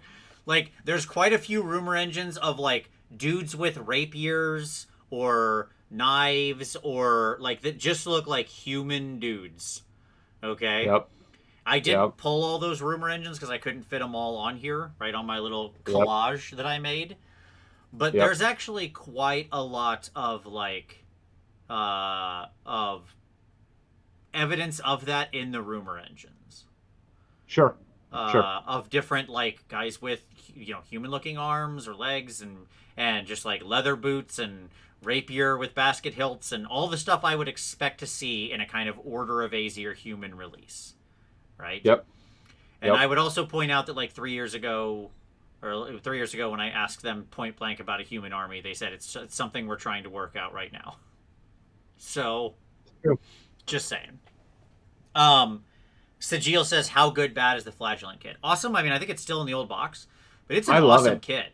Like it really is. It's definitely an old style kit where you've got like torso, arms, heads type of thing, right? Yeah. But it comes with so many cool bits. It's really versatile. The Flagellants themselves are really dynamic. Yeah, I mean, could they do a new one? Sure. I don't think but I don't think they have to. Is my point. Like if they were just like and also Flagellants, you're like okay. I think that I mean, that dream is like, it's too good to come true. Like, I've been predicting an Order of Aesir army for like 2 years or 3 years. Like, do you really think that it's coming? Yes. I would love that. Like, now you have my attention. Look, when you sculpt vampires, the next thing you sculpt, if you're the sculptor, okay? Because remember, everything's model driven. Let's put ourselves in the minds of the sculptors. Not sculptors. If you're doing art and art concepts. Sure, because I mean the sculptors work with the concept artists. It goes back and forth, right? Right. So you're the model studio. And you're right. And if you draw vampires, you're drawing vampire hunters. You wake up from a fugue state a few hours later and you've drawn a witch hunter into the same picture. You don't even know what happened. Like, whoa, right. How did that get on this on the canvas? Right? You're just modeling in ZCAD, and then you're just like, yep, vampire, another vampire. Oh, what? Oh my God! Guy with a rapier and a pistol. What happened there? Like it just happens. Yeah. Okay. It's true. It's true. So the that to me just seems like the ultimate slam dunk, because how long must they endure people saying, I want a new human faction? Like, they cannot be deaf. These people have ears. These sculptors exist in the community. They know what people are saying, right? They have to be aware that this is a thing. And, like, again, this down here, this little rumor engine down here, combined with some of the other, this combo, this Wombo combo here, combined with the other stuff that's in those rumor engines, just tells me it's what's happening. Drops? So but does this drop before the new book? Like, does this drop before the new edition? The Order of Aesir army. Does this drop before the new? Yes, I think it does. Yeah. How does that fit into the narrative? Because you've got a lot of tumult in exactly what Manzak just said. Right? Like, if the gates of Excelsius are being attacked in Gordrak and Aesir is under pressure, okay, then you're going to have pressure for Aesir to change for the first time in ever. Literally in its entire history. Right? And especially if you have some amount of, like, let's say the walls are weakened, like, there's not open warfare, but there's, like, infiltration of dark forces into Aesir in some degree or another, then that's when you get out the witch hunters. Like, that's when the Order of Aesir would roll out. It's an easy 1-2 punch, right? On the back of, like, Gordrak begins to open the door, book 4, things start to get in. Okay, time for the Order of Aesir to roll out. Well, and that's why I asked, like, is this not the response to the Skaven showing up in Aesir? No. Because, I mean, like, ultimately this is about killing undead and chaos. Sure. I mean, and yes, I understand Skaven are chaos. I'm saying the broader panoply of chaos, right? Sure. They're not just rat hunters. This isn't like Warhammer Fantasy Roleplay 3rd Edition where you can start as a rat catcher or whatever, you know? Sure. Okay, so this drops then, you're saying, in early August? Yeah, like July or August. Sure. But, like, there's a lot probably already in July, so probably early August, something like that. But it could be around there. Right. Okay.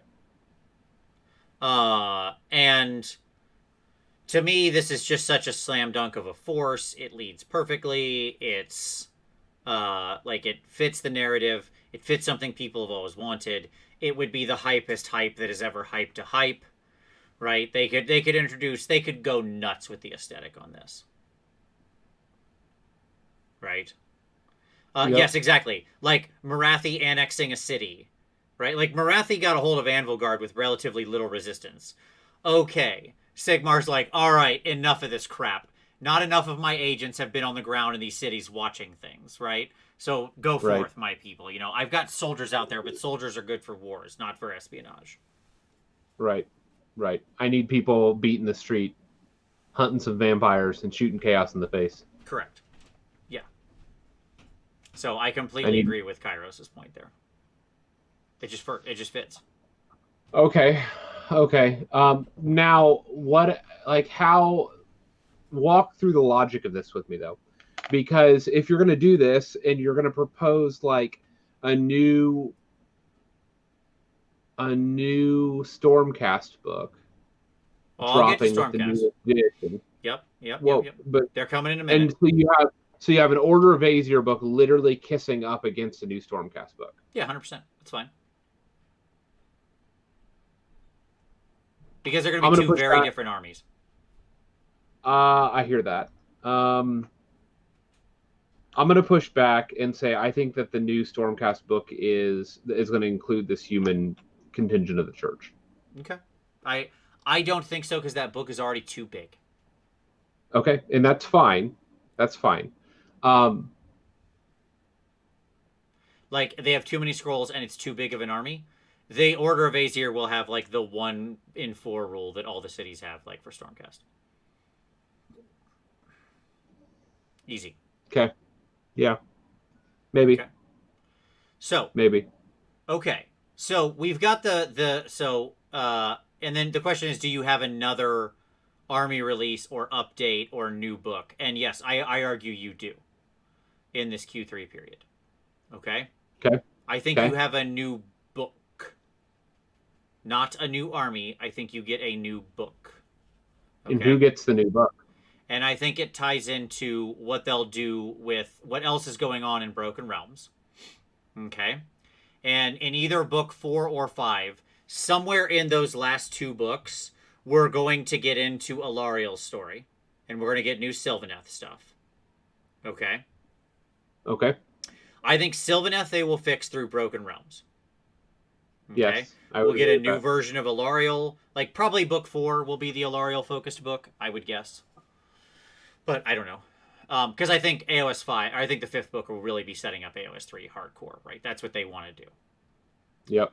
In the same way that the final Psychic Awakening, like, set up the 9th edition Necrons and stuff like that. Let me jump in. Curran asked, will they go the route of the Space Marines for Stormcast, as, and basically releasing chapter books? I think so, actually. I think that the 3.0 is when they begin to explore, like, we'll get a Hammers of Sigmar book.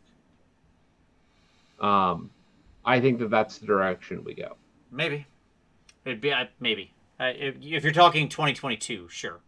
Like, outside the scope of this set of predictions, sure. No, but here's what I'm saying. If they release a new Stormcast in 3.0, I don't think we get a generic Stormcast book. I think we get a Hammers of Sigmar. No. That's not the model they've established with 40K. There is a generic space that's Tom. They don't want to sell you 1 book. They want to sell you 2 books, Tom. You have a generic Space Marine book, and then you get. I didn't realize that. Yeah. Then you. No, it's no problem. I know you don't. It's all good. You have a generic Space Marine book, exactly, and then you get your Blood Angel supplement, your Death Guard supplement, or Death Guard's wrong example. Sorry. Your Death Watch. There you go. Those are good guys. Your Death Watch supplement. I had to think of the good guy names. Okay, and so on and so forth. So every every Space Marine player buys the base book. And then they chop up the Space Marine players into, the groupings, And then if you have any interest in that, you buy the second book. That's why I think you're not wrong, but it would be a 2022 thing because they've got to figure out, because when we get to AOS 3 and I'll talk about my predictions around that, I'll talk about how we're not going back on the Battle Tome treadmill. Okay. So here's my other thing.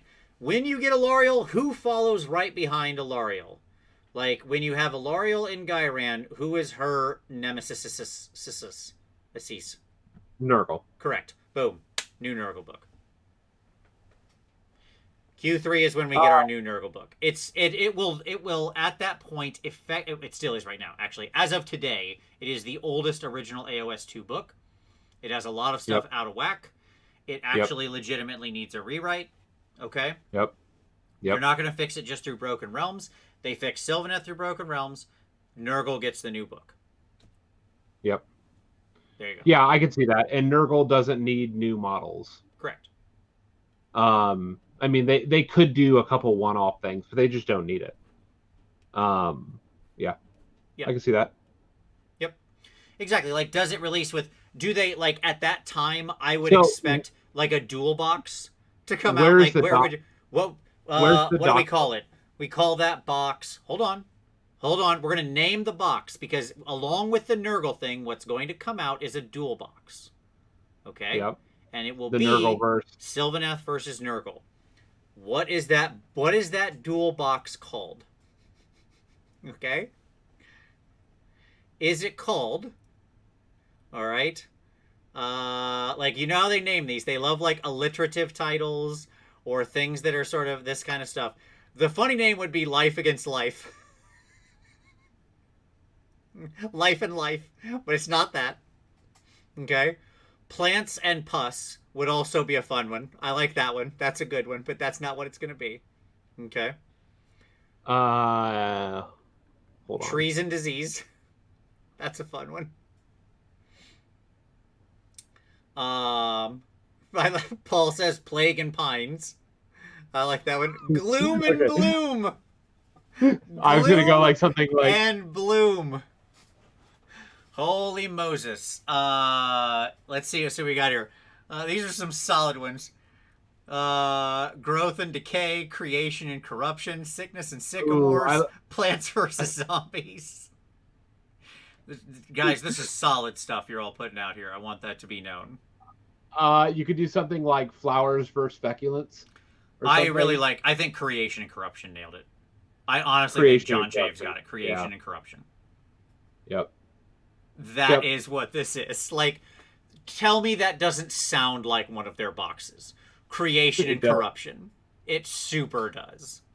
John Chaves, if it ends up being, if I'm right about this box and that's the name, you better break your arm patting yourself on the back because you nailed it. Okay. Yes. Although Flourish and Fester, like, I can go with that. It's a good one. Absolutely. It's good. Yeah. That, you know, like, it doesn't roll quite as well, but it's good. It's solid. It has that nice alliteration that they enjoy. Yeah. Rotten Renewal, yeah. Nick, that's a good one. Yeah. So the point is, yes, Nurgle, like, we know these things will tend to have some kind of product release with them. So, how do we do the Alariel book where we're fixing Sylvaneth and we have Nurgle? We're going to get the Nurgle book released with it along with the dual box. That all comes in September. There you go. Or August, somewhere in there. Wherever your book 4 happens. It'll come with book 4 whenever that happens. Yeah. Yeah. Again, I don't want to get to specific months. The whole idea was to do this by quarters. So in Q3 is when you will get book 4 and 5 of Broken Realms. And in that book that focuses on Alariel and Sylvaneth, you'll get the dual box that is Sylvaneth versus Nurgle. That's where you'll get add new Nurgle hero, right? And add new Sylvaneth sculpt. Yep. And there you go. I can see that. This one will probably be like a named Spite Revenant, by the way. Like a Spite Revenant Lord, because last time we got the Tree Revenant Lord, the Arch Revenant, right? Yep. This one will be like... I think... This one will be like the oh gosh, I don't know. They're just called Spite Revenants. The Malice Revenant. That'll be the Malice Revenant will be the Sylvaneth one. And I know exactly what What's the Nurgle Nurgle one it'll be an updated Festus model. Oh, there you go. Yep, sure. Because Festus right now is Finecast. Sure. Okay. So yeah, that, and I agree with that. I think that Nurgle is the right call on that. It needs an updated book. Where did Doc fit? Oh, that's Doc true. Doc is going to get a new book at some point. Oh, yeah. I think Doc drops in March.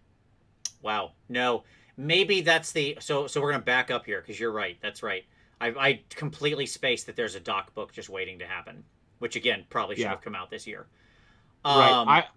April. It's either... That's the only thing in April because that was a blank month. Oh, it was a blank month. You're right. So yeah. So then yeah. So,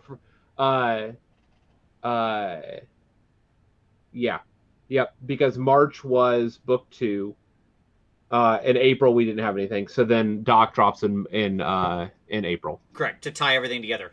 And then they've effectively covered all of the non-AOS 2 books, right?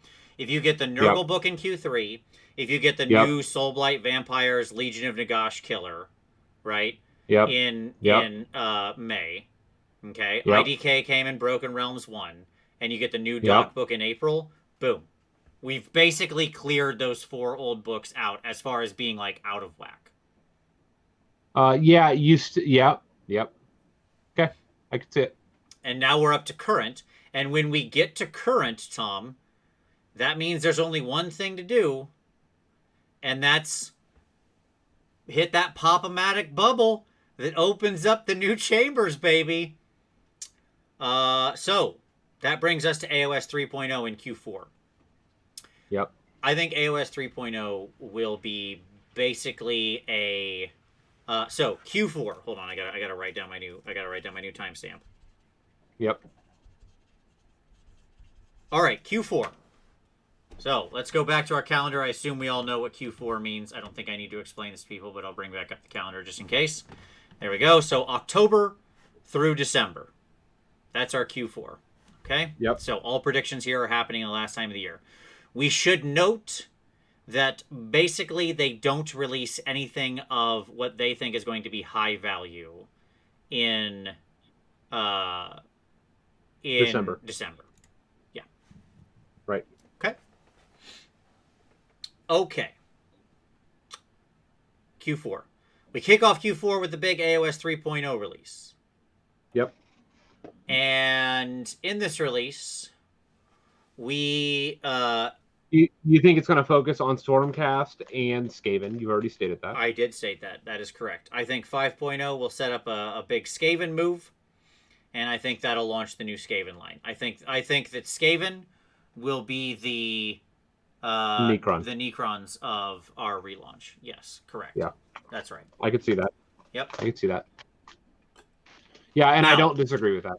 I think for those of you who say, well, it should be Destruction, because we did Chaos the first time and Death the second time, so now it's Destruction. Sure, that's a reasonable argument, but GW often doesn't feel the need to fill boxes. And Skaven is basically Destruction anyways. Sure. And the other problem is they have to launch AOS 3.0 on the back of a box that they can put a bunch of new exciting sculpts into. Right. Okay. Right. And there's not a Destruction line that they can do that with. And exactly. What Destruction line needs that level of a revamp right now? Maybe Gits, but I just don't think so. Like, I mean, Gits got their huge thing. The only argument I could see would be Ogres. Okay. Yeah, and that's not going to sell boxes. Yeah, exactly. Like, it's not Suns, right? Like, okay, they're straight out, right? Like, we obviously know it's not Suns. It's not Gits because they just did a whole redesign of that line and have done tons of White Dwarf articles on them. They're clearly not getting touched anytime soon. Okay? Right. War clans are mostly newer / pseudo plastic sculpts, or plastic sculpts, right, for the most part. Yep. Like, whether you're talking about the Bone Split aside, I mean, yes, there's a few old characters in there, no doubt, but a lot of the Bone Splitters guys are new enough. The Iron Jaws are obviously still, like, there is no need for them to touch any of those, and they're not just going to do an expansion box, right? Like, if they want to do this, it's not just going to contain, like, 2 awesome things. Like, they want to launch with something big, right? Right. In And in a so remade Skaven line is the right answer. a remade Skaven line is the one that makes sense. Yeah. Because, like, the problem is there's no home in destruction. I get it, everybody. I get that we all want destruction to have some focus. But, like, I just don't That's see not it. There's not... the story that's being told. Yeah, and I just don't think there's space in the line, like, it to do it. Now, hey, look, I could be wrong. I could be wrong. And if they, end up doing, like, have destruction come into focus in some way, in ways I'm not seeing, cool, great. That sounds fun. But my personal feeling is, because what you need to understand, they're not going to gamble this release. No, it has to be something they know will move units, and right. Stormcast does that, and Skaven, a redesigned Skaven, okay, right, would simply fit the bill. It's a big army. They can add new stuff to it. They can go crazy between new stuff and resculpts, right? Yep. And it would look like, would they necessarily resculpt every single thing in the line? Probably not for AOS. No, like when Storm they Fiend doesn't go anywhere. Right, exactly. When they did Necrons, they resculpted everything except the croissant. Okay. Right. I don't think we'll get that kind of treatment. Right? I mean, it's just, we got to be realistic about where we sit in the pecking order. Doom wheels aren't going to go anywhere. Like, there's a bunch of wonderful plastic kits out there. Sure. Yeah, exactly. Well, Doom wheel's actually quite old. It's still in a red box, but sure. But the point being that there are a lot of kits that are very serviceable and are very good sculpts. There are also a lot of kits that need a lot of work. Yep. So to me, this is how you launch AOS 3.0, and you go from there. The Skaven versus... by the way, the chamber is the Ruination Chamber. And the reason I say we go for Ruination is, I don't know what Ruination is, but I know what it sounds like. And it sounds like we're going to big-time war. And this is called Broken Realms, and another word for broken would be ruined. And if this is all going down and cities are being taken by Sigmar's own enemies, then it's time to unleash the people who don't take prisoners, who don't have mercy, who are just like the destruction, right? Like, if this is what it is, if we want total war, then I'll unleash the chamber that brings total war. And that would be a nice counter to Order of Aesir, right? Where Order of Aesir's in there doing, like, finesse work. These guys are in there just bombing grid squares. Okay. Sure. And that's what you do when you have an infestation of rats. Yeah, you just start laying down. You just start bombing, right? Just like carpet bombing, right? Like that's becomes the strategy. Okay. And Skaven has a bunch of siege stuff.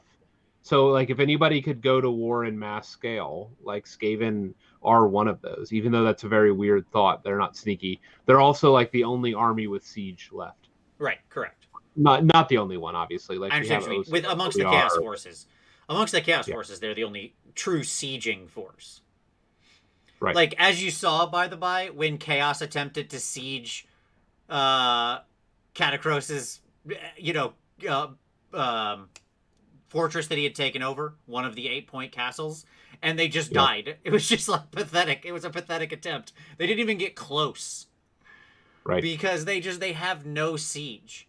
They just have dudes. Just lots of dudes. So do we get Stormcast tanks? Stormcast versions of Siege? Okay. Siege I wish. That would be my greatest thing. I want Stormcast tanks so bad. Not a joke. I don't want them ironically.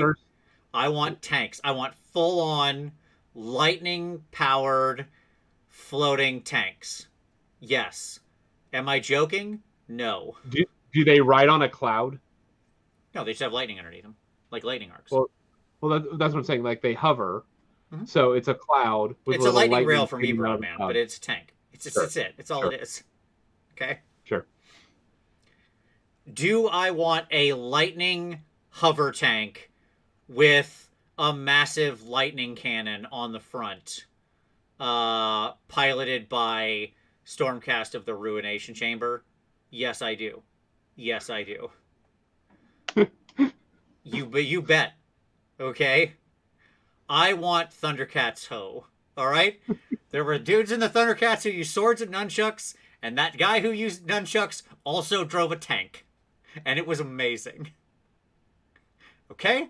So you can have the same world, the same guy who drives tanks around thought that the weapon of choice was nunchucks. I'm just saying. You can make it work. Okay? Now, do I think we'll actually get that? I don't think they're brave enough. I don't think they're bold enough. Okay? Listen to me. Hey, GW sculptors. I don't think you've got the guts to make these lightning-powered Stormcast tanks I'm talking about. Prove me wrong. Okay? I'll eat crow. 100%. Now, what do I think we'll get? Dreadnoughts. Like Dreadnoughts Super Stormcast? Super Stormcast?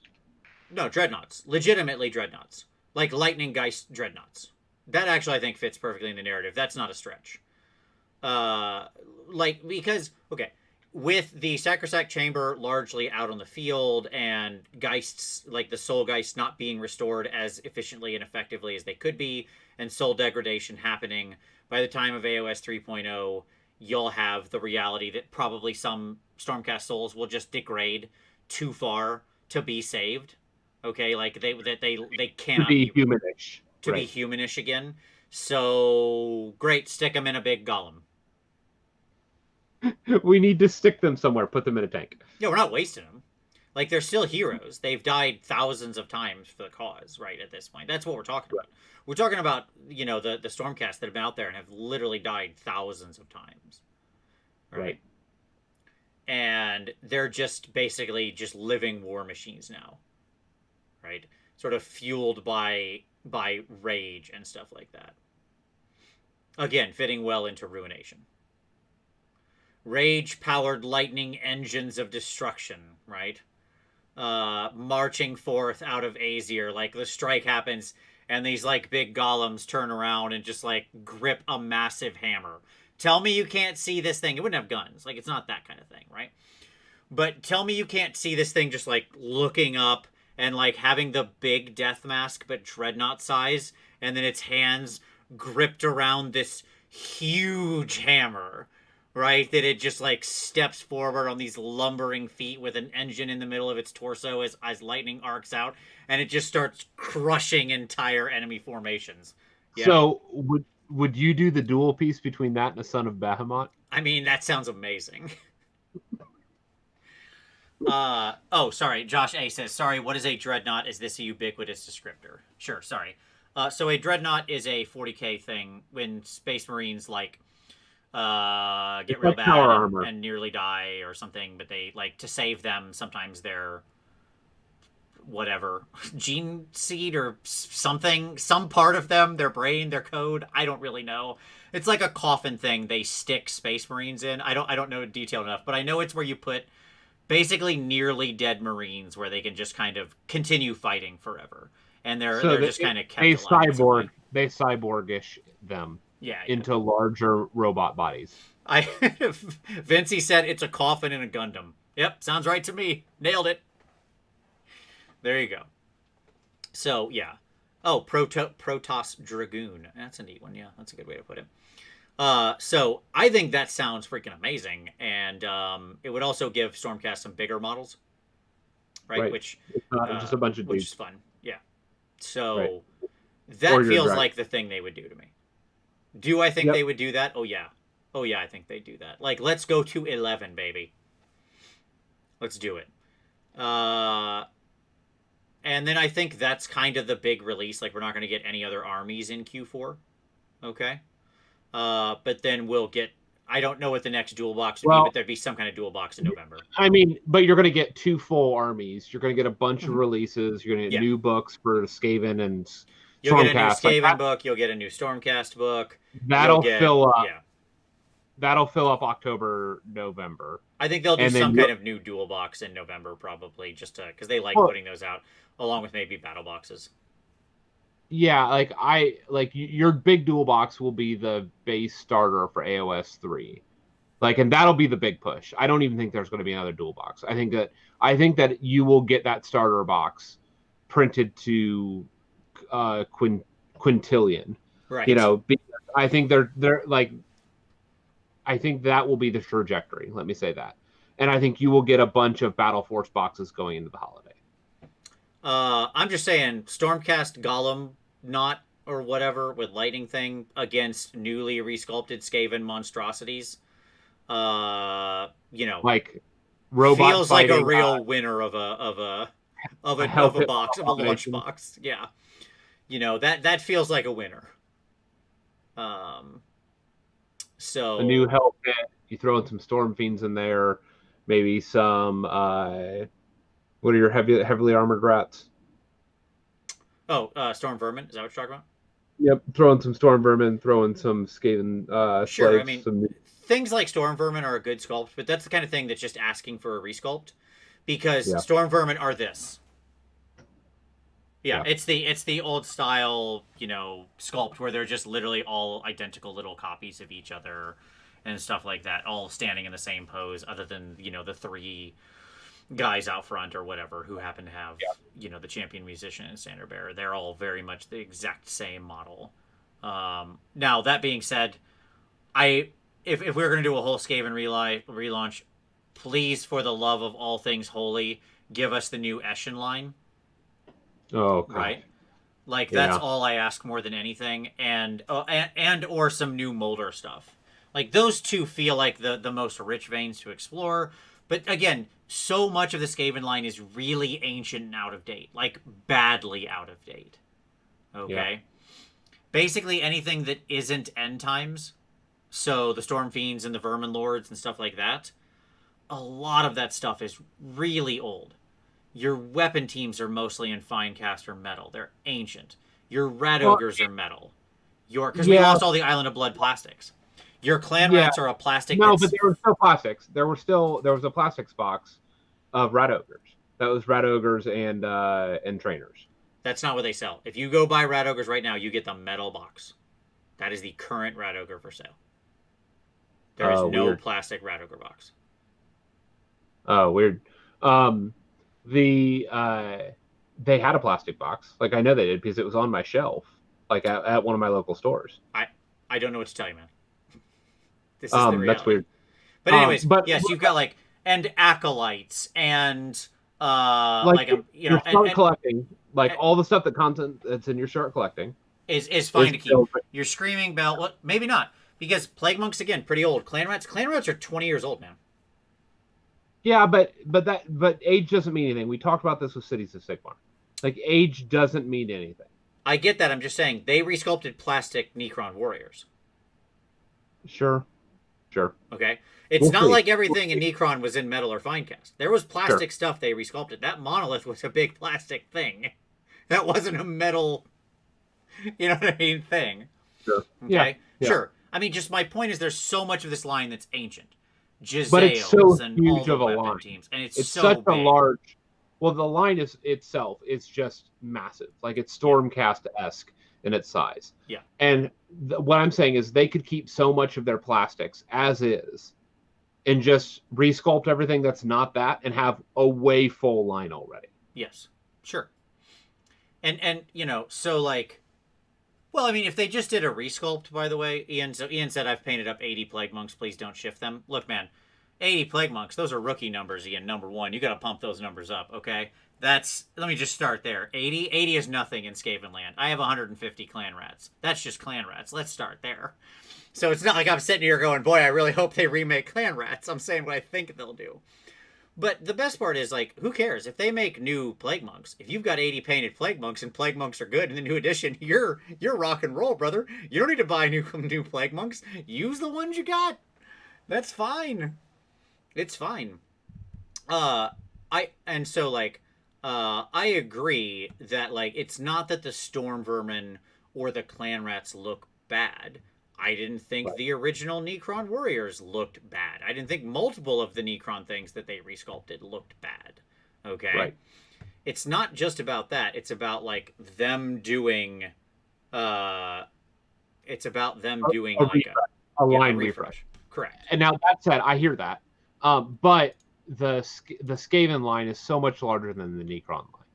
It is. Well, yeah. I mean, Like, now they might. there's I think almost now no they're book. actually about the same size as far as scrolls go. Post this launch, I think they're about the same size. Are they really? Because like, I mean, Skaven has what, 30 scrolls?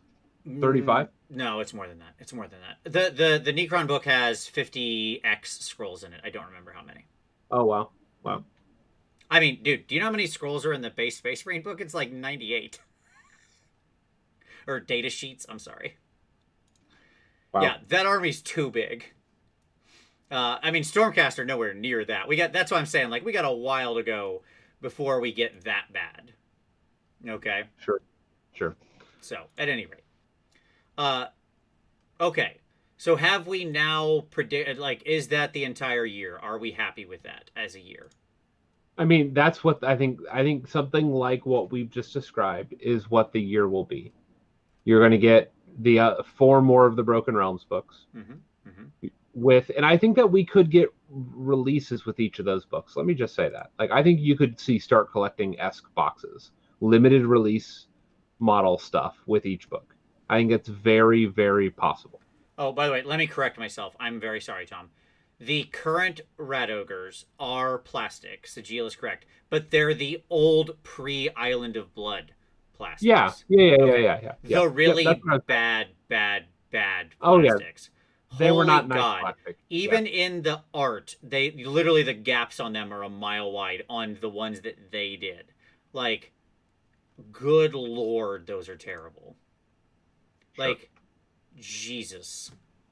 At any rate, yes. But they are plastic. I'm sorry. It's the one with like 2 Rat Ogres, 2 Pack Masters, and the Giant Rats. Yes. Yep. And those are plastic. I'm sorry. Yep. So, there you go. Yep. Okay. So, I was thinking those were still metal, but they're not. Have we sketched out the full year? Is there any other new army you think would fit somewhere? Anything else you think? Is there... Let's do a quarter independent... Ring-a-ding-ding, let's predict a crazy thing prediction. Okay? Tell me if you saw a wacky left turn. What is the crazy new unexpected left turn thing? I mean, we've already talked, like, we've got new forces here.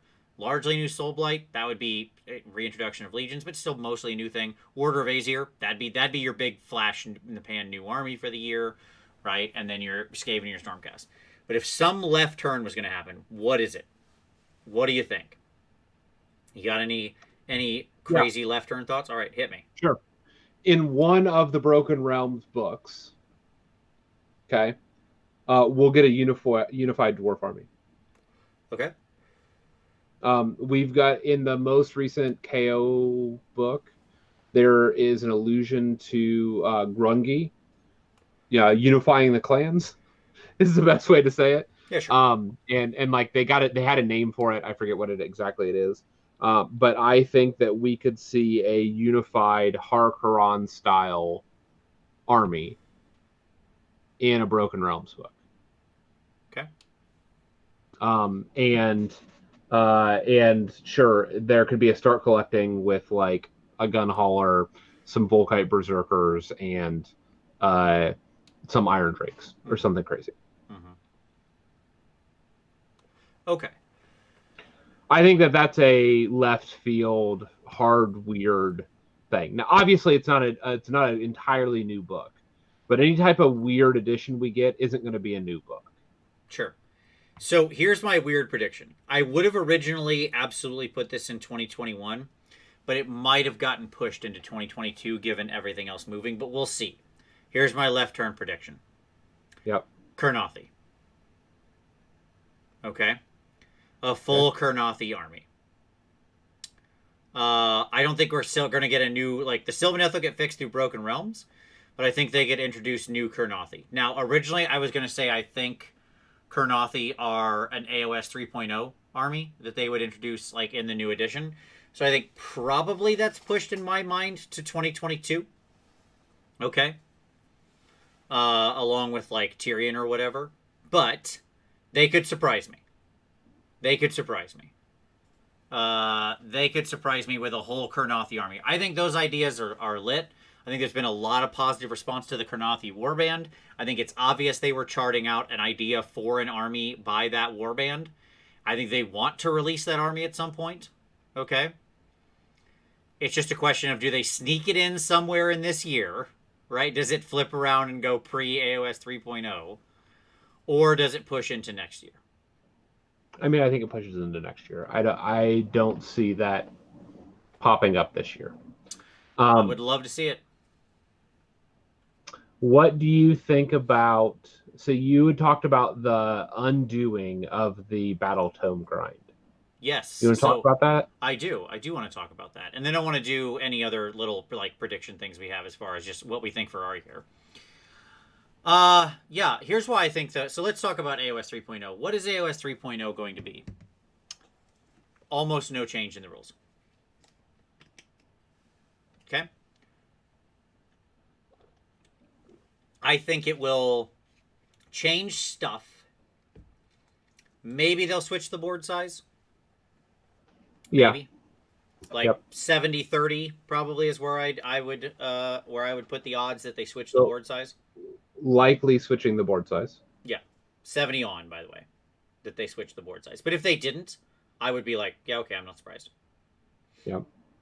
Because I could easily see them just keep the same size board for AOS and just go, sure, AOS is on a 6x4 because it's a different game and whatever. Okay. Yep. I don't think they will change any major mechanics. I think most of those will stay the same. Okay. I think they'll do some formal terrain work like they did with 40K, where terrain acts in a more sort of maybe more defined fashion. I don't know if we'll go with full keyword extravaganza, bingo ridiculousness like 40K. I think they know that that's just not what we have a tolerance for as much. In the same way, like 40K, we're never going to fully adopt 40K scenarios, right? Like, I mean, I don't know if you know how those work, but they're crazy town bonkers land of I like the fact that they've got cool secondary objectives. I just hate the way they're implemented, right? What's the point of a 3.0? Slight refinement in the rules, chance to sell you a new core book, chance to sell you a new really exciting launch box, man. Like, Indomitus was the reason to do 9th edition. Don't mix it up, okay? Like, yes, they had a lot of rules fixes they wanted to do because they were still coming off their 1.0, right? Like, it's easy to forget that because it has a 9 in the number. But just like AOS 2 was really significant in as far as its changes go to the rules, right? AOS 2 had very, very, very significant rules, right? But I think mostly what they'll do with 3.0 is they'll codify terrain in some way. They'll probably shrink the board size. Don't know, but probably. They'll introduce or beef up or change Path to Glory in some way to make it look more like Crusade, so it's a fully separate thing that they can sell and you can play campaigns in a long way with, you know, the right kinds of rewards and stuff like that. Because Crusade has been really popular, really successful. It's going to have its own book lines this year. Like, with that narrative thing I mentioned, there will be a Crusade book as well. So you've got, like, the Death Guard book, and then you got the Death Guard expansion narrative book, and then you got the Crusade Death Guard book. Why sell you one book when we can sell you 3? Okay? Yeah. So, like, I think that's what they'll use that's what they'll use the edition change for. Okay? Like, that is to say, with 40K, when 9th edition changed, there was so much that came in the rules changes, right? Nearly every gun changed damage. Lots of range changes. The scenarios were vastly different and had huge, like, dinosaur-ending meteor crater impacts on the meta. Okay? Like, what was good yesterday is not good today. Okay? Yeah. The way you build armies completely changed. Okay? Lots of stuff. This will be much more contiguous, okay? And they'll still do new battle tomes. I'm not saying that we're not going to get new battle tomes. Look, we're getting another Hedonites book, and that's within the span of AOS 2.0. Like, they're going to sell us battle tomes, okay? What I'm saying is they'll they don't want to put themselves into a situation.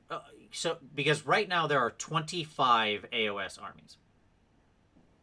Okay. Right.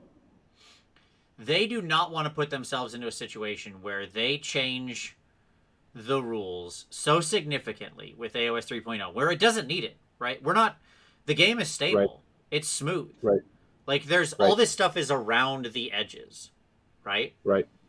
This is mostly just cleanup and some ancillary stuff we're changing, codifying, and unifying, right? And I think that's traditionally, we know how this goes. Over 3 editions, GW sharpens the knife, right? So you see the biggest changes one to the next, and then you sharpen the knife the next one. Now, we can talk about what's going to happen in 2023 and whatever happens then or whatnot. But so what are 3 changes? Terrain, new reinforced Path to Glory equivalent of Crusade, board size change. I'm going to say they changed command abilities, the generics. Sure. But they might do that in the General's Handbook. But that might not even be 3.0. But like we had like generic I'm thinking about like the reroll charges. Sure. I think reroll charges is gone, by the way. Sure. Like there are a couple of we could see changes to the base command abilities in the relaunch, right? Like it could be Inspiring Presence can't be used more than once a round, or once a battle round, or something like that, right? Or whatever. Or only your general can use it, or sure. or. Yeah, exactly. Like we could see that kind of thing. No, we're not gonna have buying artifacts. No, we're not gonna have alternating turns. We'll keep the double turn. Like anybody who's thinking that kind of stuff is gonna happen, no, it's not. Will we move to? Well, no, we won't. Like if we don't have alternating turns, I was gonna say, do you think we'll go to alternating activations and shooting like 40K does? No. I think you mean like Kill Team does, but I knew what you meant. Like Kill Team, yeah, Kill Team. Was I knew I knew what you meant. No. So like, but you could make small changes to those basic command abilities that would have large impacts in the game. Like the run one can probably stay the same because who honestly cares? It's fine. The charge thing, you could limit it in some way where, again, maybe that one is the one you can't use it more than once around or something like that, right? Because then you're fine. You always have sort of one golden parachute, but not more. And the Inspiring Presence could be like just off your general or something. Like they could go different directions like that, right? Or, by the way, it could be general or anybody with a totem. That'd be a nice callback to the battle standard rules. Any hero who also has the totem keyword. Be an interesting way to make that keyword relevant. Sure. And it's interesting the stuff in this game that is totem, by the way. It's more than you think, but also not very many things. Somebody had said that reroll charges won't go. I think they will, and the reason why is because we've seen an uptick of command abilities in battle tomes that grant you use it before a charge is made, and it lets you reroll charges for any units or for like a unit within 12 inches. Like right, which is just patently worse. It's just patently worse, 100% than the generic that everybody gets. And so why would they print that on the war scroll if they didn't have a function? Because it literally could be the ipsum lorem text and it would still be just as pointless. Right. So Pop Burnsy said, if the old world is soon-ish, does it make sense for AOS to jump to 3.0 this early? The old world is like years away, man. Years away. They were very clear when they announced it. When they announced it back at the end of last year, they said this is at least 3 to 4 years away. Right? Yep. And by the way, that was before they got smacked by a year of COVID, where I got to imagine they didn't do they announced get it as much at done like as they New wanted. Year's, right? Like that was the big New Year's announcement last year going into 2020. Yeah. Which is ironic. It's like fate saying like, yeah, it's a bad idea. Here, have to 2020. Sure. Like my point is, if that thing was before 2023, I'll be surprised. Right. Because it's clear that if you read like the text, they don't know what the game is yet. Like in their text, they're not holding things back. They're just clearly like, they're making maps. They're doing art. They're in this like initial creation phase of a game, right? Where they're thinking through stuff and creating the mood board for the game. Right. And who knows? It's definitely not this year. I would say with like this year being 2021, I would put a pretty high confidence factor, like 90-10 that it's not 2022. Yes. So yeah, there you go. Well, I think it would be the next launch gap, right? So they have like summers, right? Like summers are normally the launches. And so like normally this would be our... Yes, it will be made by Forge World, by the way. It is a Forge World thing. That is correct. Yeah. Yes. Yeah, because like this coming summer would have been AOS 2.0 or 3.0 in 2021. And then we would have had a blank summer in 2022. Yeah, I mean, my answer is I have no idea what that's going to look like or when that is or what they end up doing with it or, who knows. Or what scale it is or what bases it uses. I don't know. None of us know. Nobody knows. I know people say, but they already told us it was squares because in that very first teaser image they said they said everything comes around again, even squares. Okay, that was a funny joke image. And if you haven't learned yet that GW sometimes sets things up in their initial marketing that they don't pay off, boy, have you not been paying attention for the past all of the years. Okay? So, yep. It would not surprise me if it came out, for example, and it was round-based but used a Song of Ice and Fire movement tray thing. Right? That would surprise me 0%. It's a square tray. Yeah. Yep, with zero rounds. Mm-hmm. Yep. Yeah. I agree. And if that was what they did, I'd be like, yeah, that totally makes sense, right? Because then they're going to aim for cross compatibility, where some people want to be able to buy interesting stuff for their AOS. Right, because for their Druchii Dark Elf army, they're going to want Witch Elves. Right, exactly, or whatever. Yeah. Who knows? This isn't Old World prediction time. This is 2021. We're too far out. We got to pull it back in. Pull it back in. Okay. I think that we're going to see the beginnings of the Stormcast faction books in 3.0 as well. In 2022. So, yeah, I don't know if we'll see a Hammers of Sigmar launch on the heels of the new of the base Stormcast book, or if you'll be 6 months in with the Hammers of Sigmar book. But Hammers of Sigmar will be first, followed probably by Hallowed Knights, and I'm guessing Celestial Vindicators. Really, not Anvils of the Heldenhammer, the most popular single faction played? I mean, the Anvils of Heldenhammer could literally evaporate tomorrow if they reprinted the Allegiance rules and they were terrible. Sure, it's fair. That's fine. I mean, they are played simply because of the Allegiance rules. Yeah. You get rid of that and they're gone. Sure. And Anvil Guard isn't a thing anymore. That's where they were stationed. So they could be written out of the story pretty easily. Yeah. Okay. So what about us, Tom, for 2021? I'll make a prediction. I predict that if NashCon happens, I'm going to be there. How about you? Yeah, if NashCon happens, I will be there. Okay. Awesome. That I can say for sure. If any of the holy events happen, then yep, we'll be doing those for sure. Yep.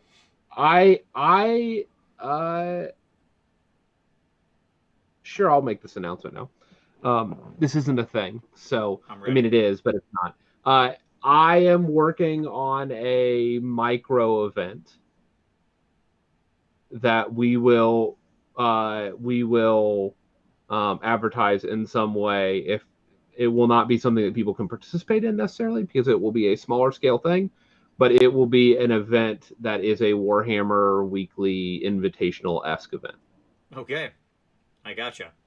Well, so I can't wait to see what you do with that, Tom.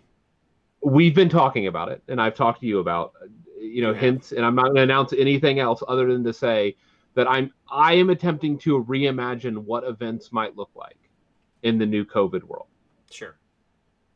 And because of the ability to be a content producer, and I think there are a lot of opportunities here, and that's one of my predictions for what 2021 is going to hold. Nice. Is that that something is coming. Okay. Darius said, any ideas about the Silent Ones, new Underworld's Warband? I don't think it's any part of the Underworld's Warbands we saw spoiled. I don't think it'll have anything to do with that. Do the Silent Ones do they ever do anything with it? Maybe. So it depends on when they really concepted it. They put out a lot of stuff like that in the story that they never pick up on, right? There's There's all sorts of things like that in the narrative that just don't actually have a lot of play in the actual like in the full on armies. So Right. will they ever expand that? Will they do an Underworld's Warband dedicated to it? Will they make a whole army of it? Who knows? I don't know. I don't think it's coming this year. So there you go. Yes, Dan said new Warhammer quest. Yeah, Dan, we placed the new Warhammer quest in July. That Yep. could be. It could be that the Warhammer quest would be a good place to sit silent ones. That could be what it is. That could be a fun one. But yes, I think I agree with Tom. New Warhammer quest. They'll kick off an AOS Warhammer quest in July. Do we think they will change how they release battle tomes in AOS 3.0? No, I think they've seen largely success with it. Other than the fact that they might start doing the add-on things like Tom said for like Stormcast chambers or whatever, if they feel that's popular enough. But keep in mind, it's still risky for them to try it. They might trot it out and see. But the reality is, we're talking about like a huge difference, Tom. You know, the meta in 40k is plurality Stormcast, or sorry, is plurality Space Marine. I apologize. Right. The meta in AOS is not plurality Stormcast. Like I agree, but I think that what we saw with the Stormcast Eternals. Oh, will we get? Okay, we can talk about that in a second. Yeah, Dan, I get what you're saying. Go ahead, Tom. When we do, I think what we got trotted out there, which is, hey, there are ways to be Stormcast that are not all the same. I think we will begin to see some of that. Sure. And I think that's where this plays itself out, is that you could get a generic Storm Host, like Lightning Strike, Storm Host, Stormkeep, and then when you dial into, so let's say like Hammers of Sigmar, right? Mm-hmm. Hammers of Sigmar book would have a specific thing for what it looks like with Hammerhall, because Hammerhall is where the Hammers of Sigmar are stationed. So they have the Hammerhall rules, the updated Hammerhall rules are in that book, because that is where the Stormkeep Hammerhall grouping is. Mm-hmm. And so they would have specific stuff with specific NPCs and all that stuff with all the named characters and yada yada. That's where that happens. Yeah. So, it makes sense, I suppose. Do I think they'll switch to the same distribution model with AOS codices? No, I don't. I think they'll, like, we'll see. We'll see what they end up doing with it. I don't know. It's hard to imagine they make that switch. Maybe they change just the books to where we can't buy them in the app anymore directly. It's hard to believe. It's hard to believe that would be the case. I think if anything, they'd leave both venues open. Like they'd give you a code, or you can just pay for it in the app. Because ultimately, like, we already have an app. The app is already very popular. People already have the upgrade to Azir. The expectations are different. It'd be very hard for them to launch something exactly like they did with 40k because of the anchoring they already have. Like, they know it would be a very unpopular move. It's harder to take something away from someone, once you've already given it to them. And it's become basically the way the world works, right? Like, all of our scrolls are free. That will probably never change, right? That's part of what AOS is. All of our list building tools are already there and exist and are free, right? So it's hard to believe that they would make radical changes to that stuff. Because, it's there, it's successful, it's very popular. They know it buys them a lot of goodwill, and they would stand to lose more than they would gain. Right? Like, in the end, it would be a poor business decision, would be my argument. So, there you go.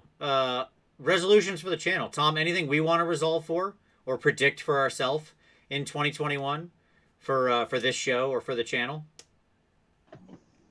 Not beyond my own, what I had announced, which was a some type of Warhammer weekly event. Gotcha. For next year. Okay. So mine is one, I'm going to just try to do stuff like make better thumbnails and, add in time codes. You've seen me start to do this stuff. We launched merch this year. Like I said, we're gonna do more. Like I'm gonna try to up the value of this. Maybe someday I'll figure out how overlays work. That'll be a neat day. I don't know how those work now, but it's got to be something. Can't be that hard, right? And I want to launch more merch. There's more merch I want to get out there, like mugs and stuff like that. I'm actually trying to find somebody who can do some more art for me. Paul, I've been trying to get in touch with your friend who did our last art, who is not responding to me. So why don't you tell him, ask him if he fell off, see if Stone Monk fell off the edge of the planet. Goobertown asks if I'm going to do an updated profile picture. Yeah, that would be a good one to put on the channel. Like, I should really update the channel picture and stuff like that, because it's just so old. Everything's so old. That's a good idea, Goobs. I like where you're thinking. He's a smart man. He's a smart man. But just stuff like that. Like, I want to keep improving the channel. We will launch some new merch. Like, if I can find a place to get aprons sourced that I like. Mugs, just stuff like that. Cool things. But yeah, I mean, we're still going to keep at it. Our 6th anniversary show will be at the end of January, which I'm excited about. So we'll keep at it. We hope you'll stay with us for the next year. If you're new, hey, welcome. We're glad to have you. It's super great to see you. It's going to be an awesome 2021. We've righted the ship and we're pulling out of this nosedive as a planet. So let's just get back up into the skies where we've got some clear sailing ahead. So I'm looking forward to it. I think it's going to be a super great year. I know it's already full of things that I'm going to love just because it's the first release of the year. So basically, it can only go up. That's what I'll say. It's already a banner year for me. Well, I would love to predict or tease that I have a content coming. Mm-hmm. But I'm just not going to do that anymore. No, you shouldn't. It's bad. Because it's my schedule's really full. Like with 4 kids, and I have some ideas that I've floated to some other content producers, and I'm considering exploring some of that, but I'm not going to make any promises. So, sure. But I haven't given up the possibility of doing content production for those that have asked. Can we get a video of Tom or Vince actually playing? Sure, I suppose at some point. If you want me to just record it on my phone for 5 seconds, that's fine. Be like, see, I'm playing Warhammer. If you I'm on if you go to I have a show on the Warhammer community. Like if you're part of the Warhammer TV, you can go see me play a game there. That was Adepticon 2 years ago. Yeah, exciting. That's the last. It's the last time Tom played. Well, Warhammer. I mean, no. Yeah. But I would love to do some battle reports with Vince and I. But I don't even know. Nobody wants. All you gotta do is come to this city, Tom, and then you'll be good to go. Sure. I mean, we could set up a video camera stream of me and you playing. No, that's not what we're doing. At any rate, it's going to be a great year. I look forward to it. I hope you do as well. I hope you come join us. Thank you so much, everybody, for watching all of this. Let's see how our predictions shape up. Let's see what we get on New Year's. Don't forget to hit like if you haven't already. Please hit that like button. It helps other people find the show. Share the show. Talk about it. Tweet and, tag me. All that kind of stuff. Subscribe if you haven't already. All the fun things that you're supposed to say. All the calls to action that are relevant. But in all seriousness, 2020 has been a real shite year. And I am so happy to have all of you along with us. This community continues to be awesome. It has all in all been a very happy year for me, despite all of the sadness and troubles and everything, and that's because of all of you. So, Happy New Year's, everybody. We will see you in 2021, which just happens to be next Wednesday.